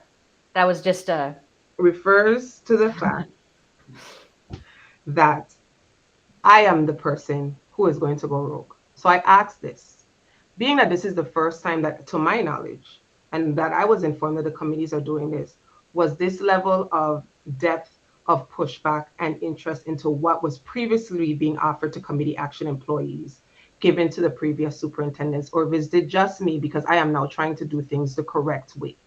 Because again, if everyone isn't aware, this is what to me is called a glass cliff phenomenon, where someone of color comes in and has to work within an operation and is given a different situation, given less, given the opportunities of greater risk, limited support, and heightened scrutiny of the work that is trying to be done.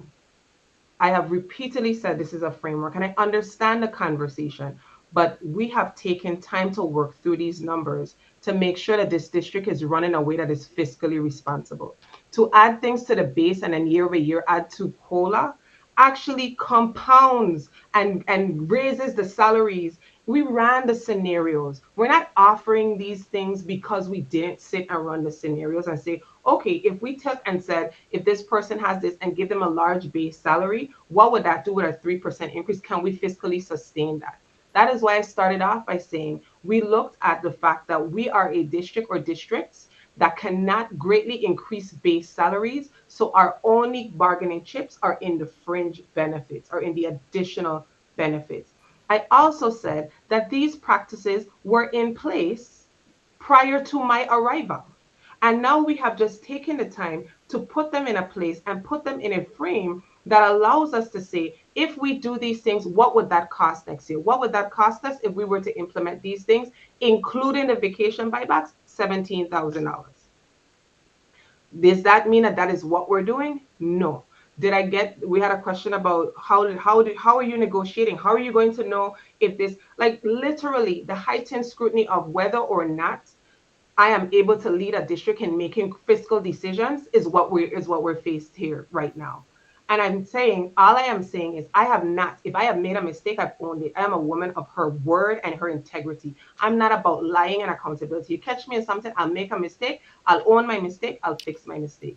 But to say that if we open this and give then we're giving her the leeway to go and do these additional things, that's why there's a fiscal cap. No one else had a fiscal cap.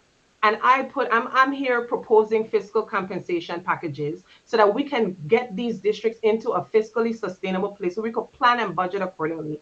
And I am under heightened scrutiny. And I had to put that on the record. I need to be excused. I need to use the restroom. Jen and Shannon, I'll be right back. Thank you, Dr. Z. Sarah? Thank you. I'm sorry Dr. Z is stepping out because I want to say I have high confidence in the superintendent and HR directors and director of finance's professional skill to be able to negotiate contracts and stay within a budget and within this framework. And I mean, I'm just astounded that at some of the questions that are being asked. I agree with previous speakers, Jenny, and Tim and others, that this ability to negotiate is critical to attracting and retaining high quality employees. I think everybody has questions, which is fine, but in my opinion, what is being proposed is so much more transparent than anything that has happened in the past, that I understand what Dr. Z is saying about this really intensive picking apart about what is being proposed. To me, it is completely reasonable. This is not the private sector. To some extent, that comparison just for me, does not work because we don't pay like the private sector. We have to be able to attract candidates, new employees with other tools. And I have total trust in the central and Dr. Z and her team's ability to effectively use this and not blow the budget. I don't know why anyone would be worried about that. So I'm fully in favor of all of this. Thank you. Thank you, Sarah. Deb, do you have a quick comment? Nope. Okay. My previous comments were questions, and they're the kinds of questions I would ask of anybody because I need to understand how things work in order for me to understand what I think about them. I am regretful that that the glass cliff part of it is present. I don't know how to address that. This is my first term as school committee. I didn't work with any of the previous superintendents, and I certainly respect the fact that we are doing this properly for the first time, and dismayed that previous school committees and superintendents did not, either, I assume, out of lack of understanding, but it is regretful that once again all of us are in the position of trying to deal with routines that have not been well established prior to our arrival and loss of institutional historical knowledge and all that. So all I'm going to say about June is I've got a lot of PTSD from March yet. So March was a difficult month. It was a lot of details around budgets and positions. So for the people who haven't experienced a March on school committee, and for those of you who have, I would like to remind us that at the region, we were looking at losing positions, many positions. In particular, the one that stood out to me for Amherst, the Amherst School Committee, I know I just said the region, was that many tears were shed over the potential loss of a $50,000 position at the Amherst district level, which is not very far off from the $40,000 we're being quoted. So it may seem picky and it may seem unnecessary, but it was painful. There were many long, heartfelt discussions. We had long presentations. We had administrators really making very difficult reductions in their budgets for those amounts. And we as a committee, I think, or committees, made a commitment to keeping the cuts as far away from the students as we could. Obviously, central office is not is it needs to function in order for the buildings to function and the wheels to stay on the train. So I see the need to address all levels of our school district, but we reduced a $25,000 kindergarten para in Amherst. We came very, very close to reducing all our specials teachers in Amherst by 10%. And in fact, up until Amherst passed the 5% budget, it looked like we would have to revisit that, unfairly, in my mind, burdening those teachers with shouldering part of our budget reductions disproportionately. We went through a very painful process at the region where we were talking about reducing an entire team and giving up the modeling, the team model at the region because of the reductions that building principal brought forward to us. So yeah, I'm going to get into the details, and glass cliff or not, I'm going to ask about every dollar. And I agree with Anna, actually. I don't have a private versus public sector point of view, but to me, a cap is a cap. And that it's not a cap if it's a cap plus a little bit of extra wiggle room. And so it's also like fringe benefits. A salary is a salary, but a salary, we can't raise the salaries, but we can essentially raise the compensation. And those details just seem like workarounds to the optics of increasing central office while decreasing good percentage of our staff. So that's what I have to say. Jennifer.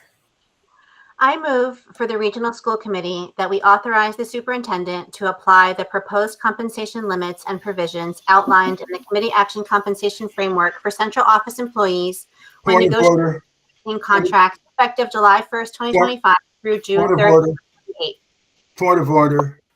Jennifer is jumping ahead of the chair because the chair has yet to recognize people's hands who are up. That is not good etiquette, Jennifer. Oh, no, Jennifer was, I'm sorry, Jennifer was recognized. That she chose to make a motion is what she's choosing to do with her time to speak. I will second your motion. Is that the motion that is written in the packet? Yes. So I don't have to try and scribble it down quickly. Okay, perfect.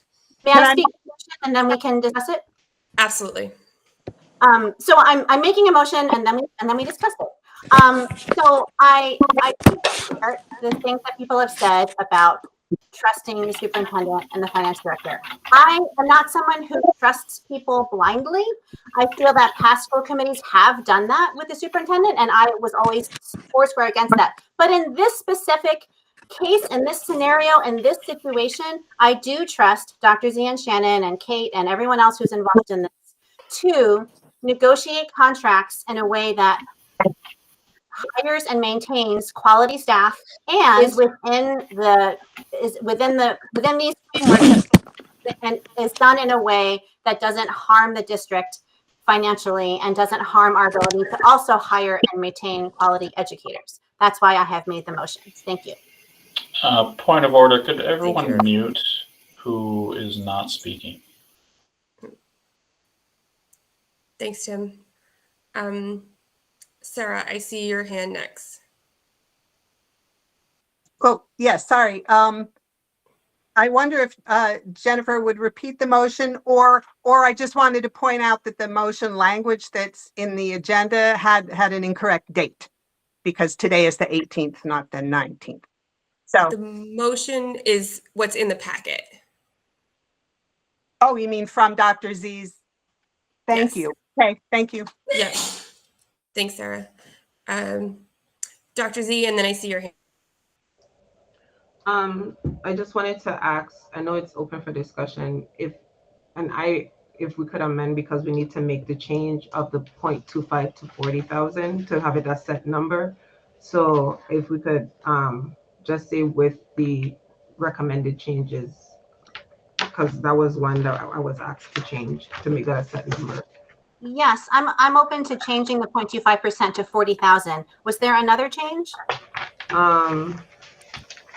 No, that's Okay, so I'll amend the motion to say, hold on, the committee action compensation framework amended to replace the 0.25% cap with a $40,000 cap. Yes, and then I also want to be clear that in terms of a comment that was made earlier by Deb, in terms of the central office this year and the cuts, they actually received a lower COLA than everyone else.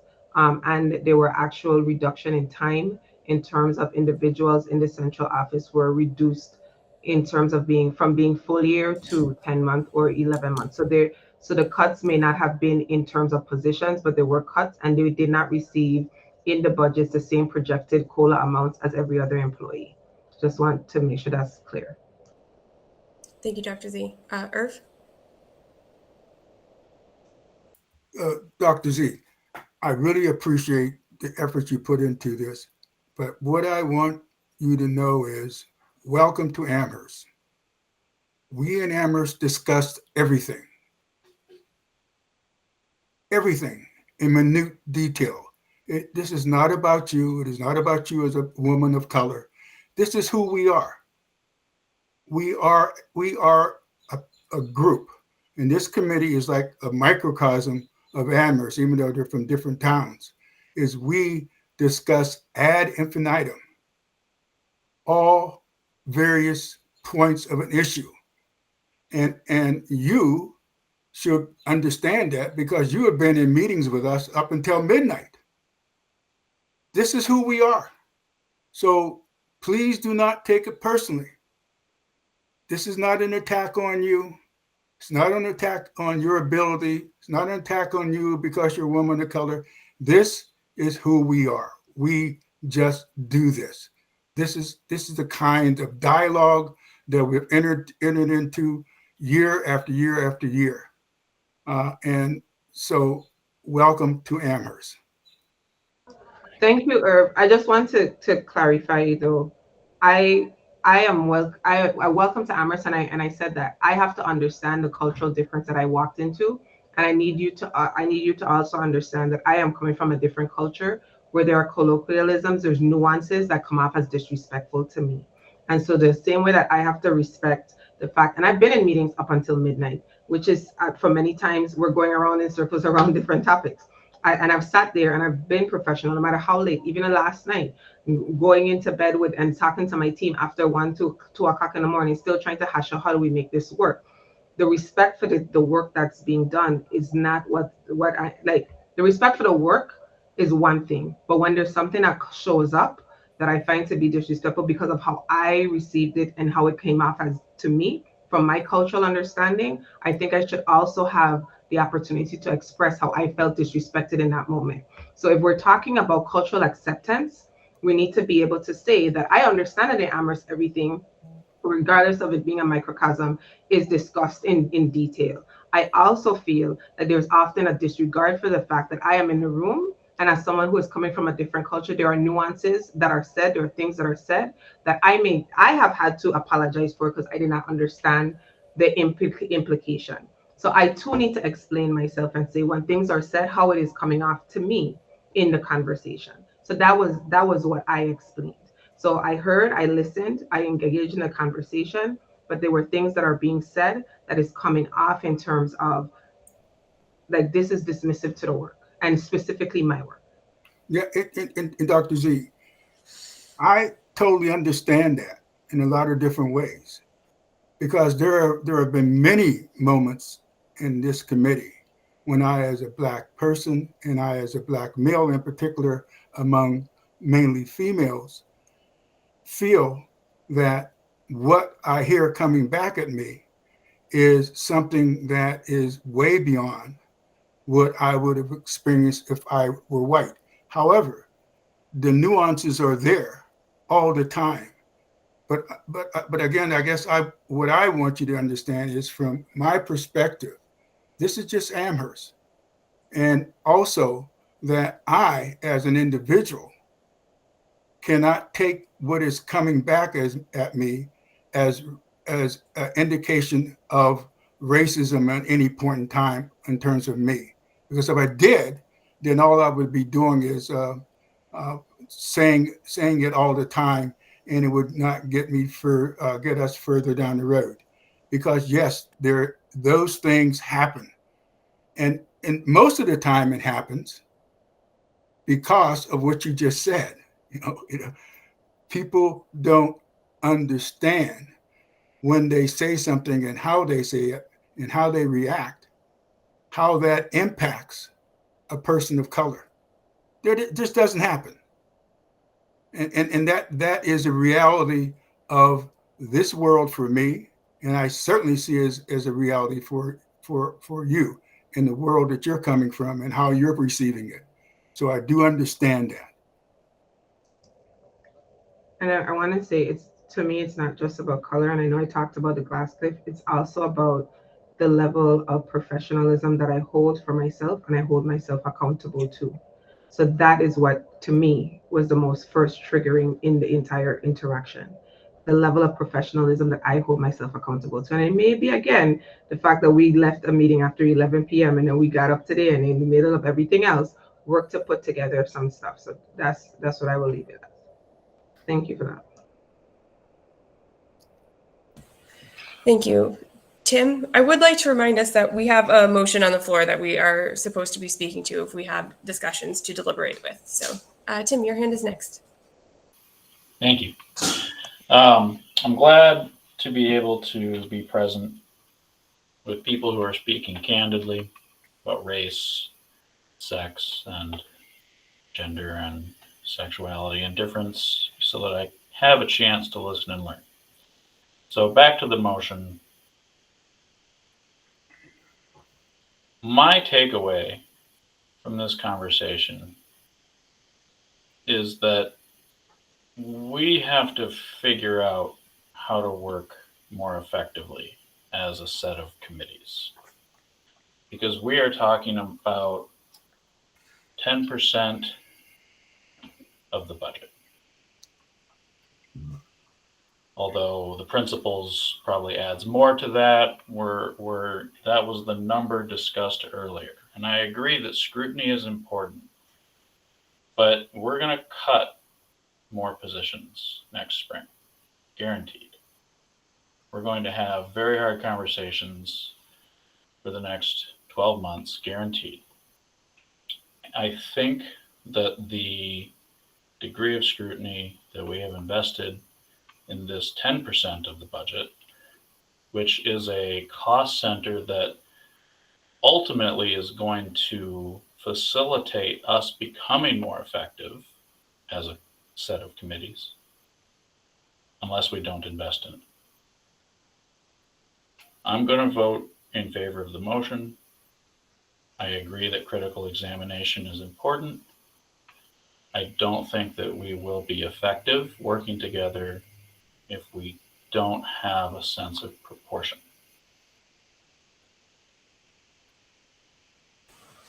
Thank you, Tim. Anna? As I said before, I cannot support voting for the whole package unless the negotiable portion is removed. I would, however, compromise and vote to approve the package as presented if the ability to buy back 5 vacation days each year was taken off the table from the package. I could live with the rest of the negotiable portion. Thank you, Anna. I see your hand again, Irv.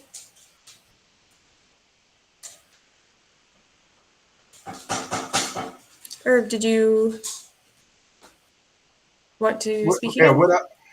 what I say, I'm wanting to speak to the motion because the last time I spoke, I was just speaking in terms of my. Yep, that's fine. Go ahead. So, Speak to the motion.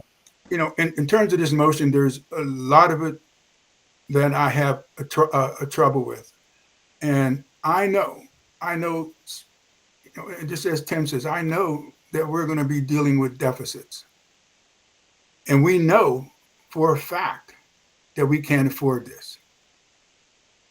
We know it. That is a fact. You know, the only way we'll be able to afford it, we say it's affordable because we put an amount of percentage of increase in the in terms of what our budget's going to be. But we know that it's going to send us into deficits. All right. And at some point we have to start saying, hey, why are we spending money that we don't have? And we continue to do it. Why do we spend money that we know is going to put us in the deficits, that's going to cause layoffs, you know, going to cost all kinds of things? And so in terms of this motion, there's some things that I can support. But overall, you know, I'm just going to have to abstain when it comes to voting. All right. Looks like we have come to time to vote for the region. Okay. Wait, point of order. Was Anna making offering an amendment to remove things? I don't know what to do. I did not hear an amendment. I did not hear an amendment.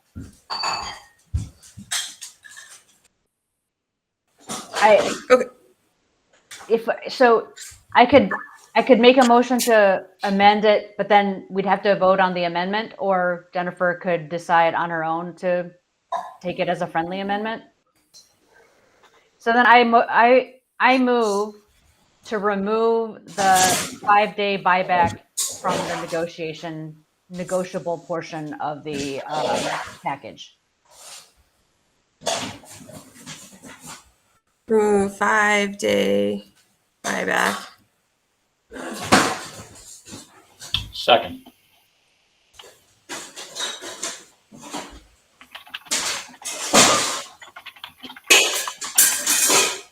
Tim, was that your second? Yes. What's going on?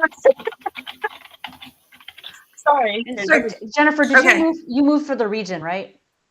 Yeah, okay. Okay, so we have to vote on the amendment first. Let me get a list. Jennifer? Oh, I just wanted to speak to the amendment, which is that I'm going to vote no on it because, as I said, I am in favor of allowing Dr. Z to negotiate having 5 days per year bought back from a limited number of positions. I think that's reasonable. And yeah, I don't see any reason to remove it from the proposal. Thank you. Thank you, Jennifer. Okay, Bridget?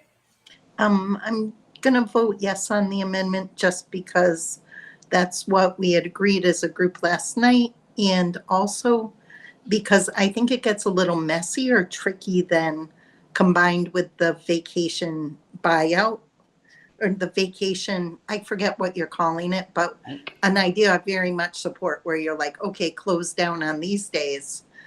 I feel like it's a little too convoluted for me, so I'm voting yes. Jennifer? Yeah, I just wanted to say I don't recall that last night we agreed to remove it. According to my memory, I thought that we agreed to keep it at 5 days for the director positions. So I don't recall that we agreed to remove it. Thank you, Jennifer. Sarah? Yeah, I'm going to vote against the amendment. I would point out that if the cap for these negotiables is $40,000 and there are 33 people who can negotiate, this is a small amount of money on average per person, and buying back your vacation days. I mean, I'm not sure the rate, but that might blow them all. I mean, people should people are adults. And if they, I would like to give them the freedom to choose from this set of options what is most important to them. So I'm just going to vote against this. Thank you, Sarah. Deb, quick comment?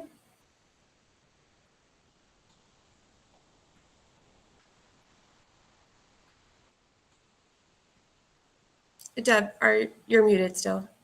Sorry. Great. Sorry. Okay. Yeah, I'm going to vote for it. I think it's good compromise. I think it would enable me to engage with the town more constructively about the details of our budgets. Okay, thank you. All right, now to vote on the amendment to remove the 5-day buyback from the negotiation portion of the package.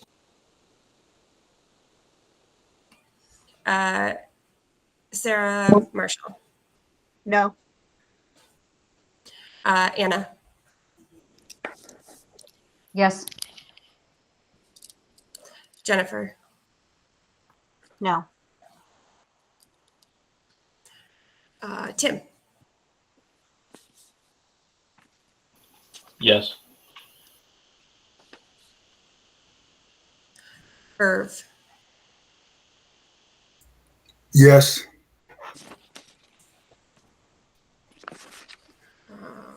Deb. Yes.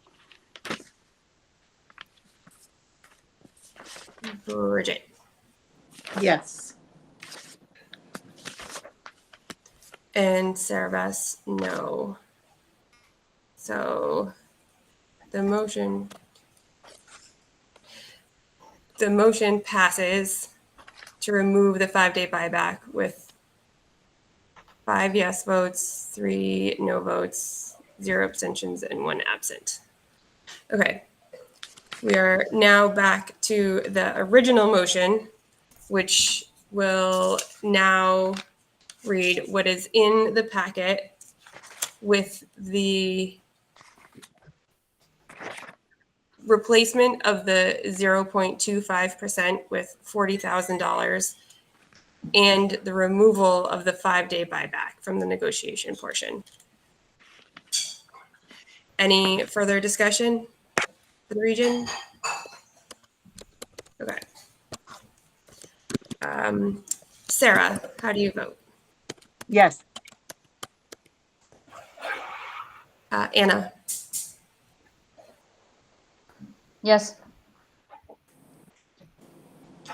Jennifer. Yes.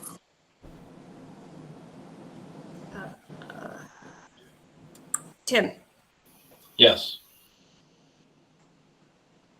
Irv. Yes. Deb. Yes. Bridget. Yes. And Sarah Bass, yes. So passes at the region unanimously, 8 in favor, 0 against, 0 abstaining, and 1 absent. Jennifer. I move the same amended motion for Union 26. Second. Bridget, why don't you do the vote? You're the vote. Yeah, You're in charge, Bridget. absolutely. So, Sarah Bess, how do you vote? Yes. Jennifer, Yes. Deb, Yes. Margaret?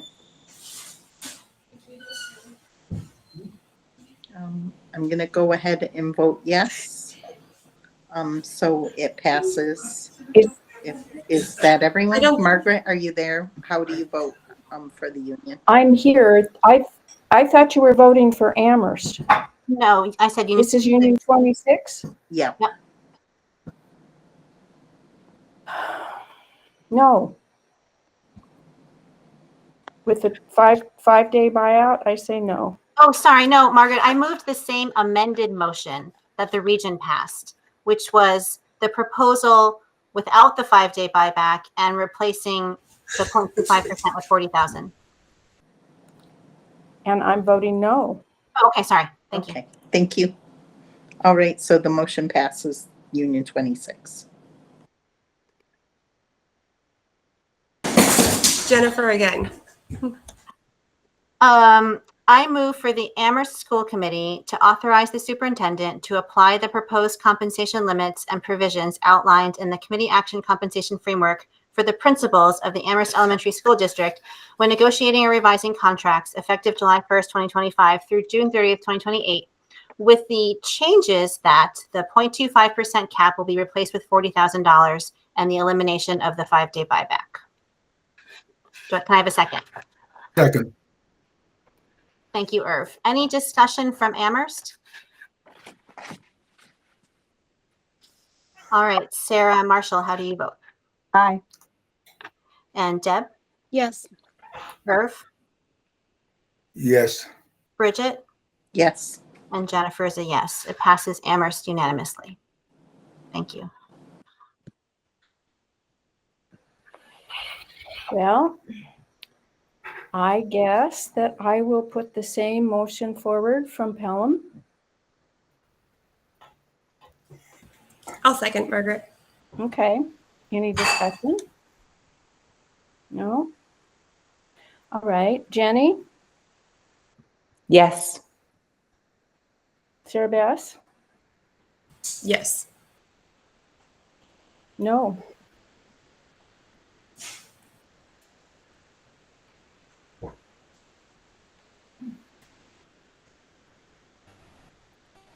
So, Margaret, do you want to just finish up? The motion passes. Thank you. We have one more motion for the region, I think, one more motion for the region. So I move the same motion for the principals of the Amherst Regional Middle School and Amherst Regional High School. Can I have a second? Second. Oh, I'm not. Thank you. Sarah. Oh, yeah, go ahead. Thank you, Jennifer. Sarah, was that your second? Yeah. All right. How do you vote, Sarah? Aye. Anna? Yes. Jennifer? Yes. Tim? Yes. Irv? Yes. Deb? Yes. Bridget? Yes. And Sarah Bess? Yes. So passes at the region 8 yeses, 0 no's, 0 abstain, and 1 absent. Okay. Great. Jennifer? I move we adjourn the Amherst School Committee. Can I have a second? Second. Thank you, Sarah. Sarah, how do you vote? Aye. Deb? Yes. Irv? Yes. Bridget? Yes. And Jennifer's a yes. Amherst is adjourned. I move we adjourn the Union 26 School Committee. Second. Give it to Margaret. And Margaret, how do you vote? Yes. Jennifer? Yes. Deb? Yes. Sarah Bess? Yes. Okay, and I'm a yes. Union 26 is adjourned. I move to adjourn the Pelham School Committee. Second. Thank you. Jenny? Yes. Sarah Bass? Yes. Margaret, yes. We are adjourned. And I move. And I will Go ahead. go ahead, Anna. I move to adjourn the regional school committee. Second. Excellent. Sarah, Aye. Anna, Yes. Jennifer, Yes. Tim, Yes. Irv, Yes. Deb, Yes. Bridget, Yes. and Sarah Bess. We are adjourned. Thank you all. Enjoy your night. Good night, everyone.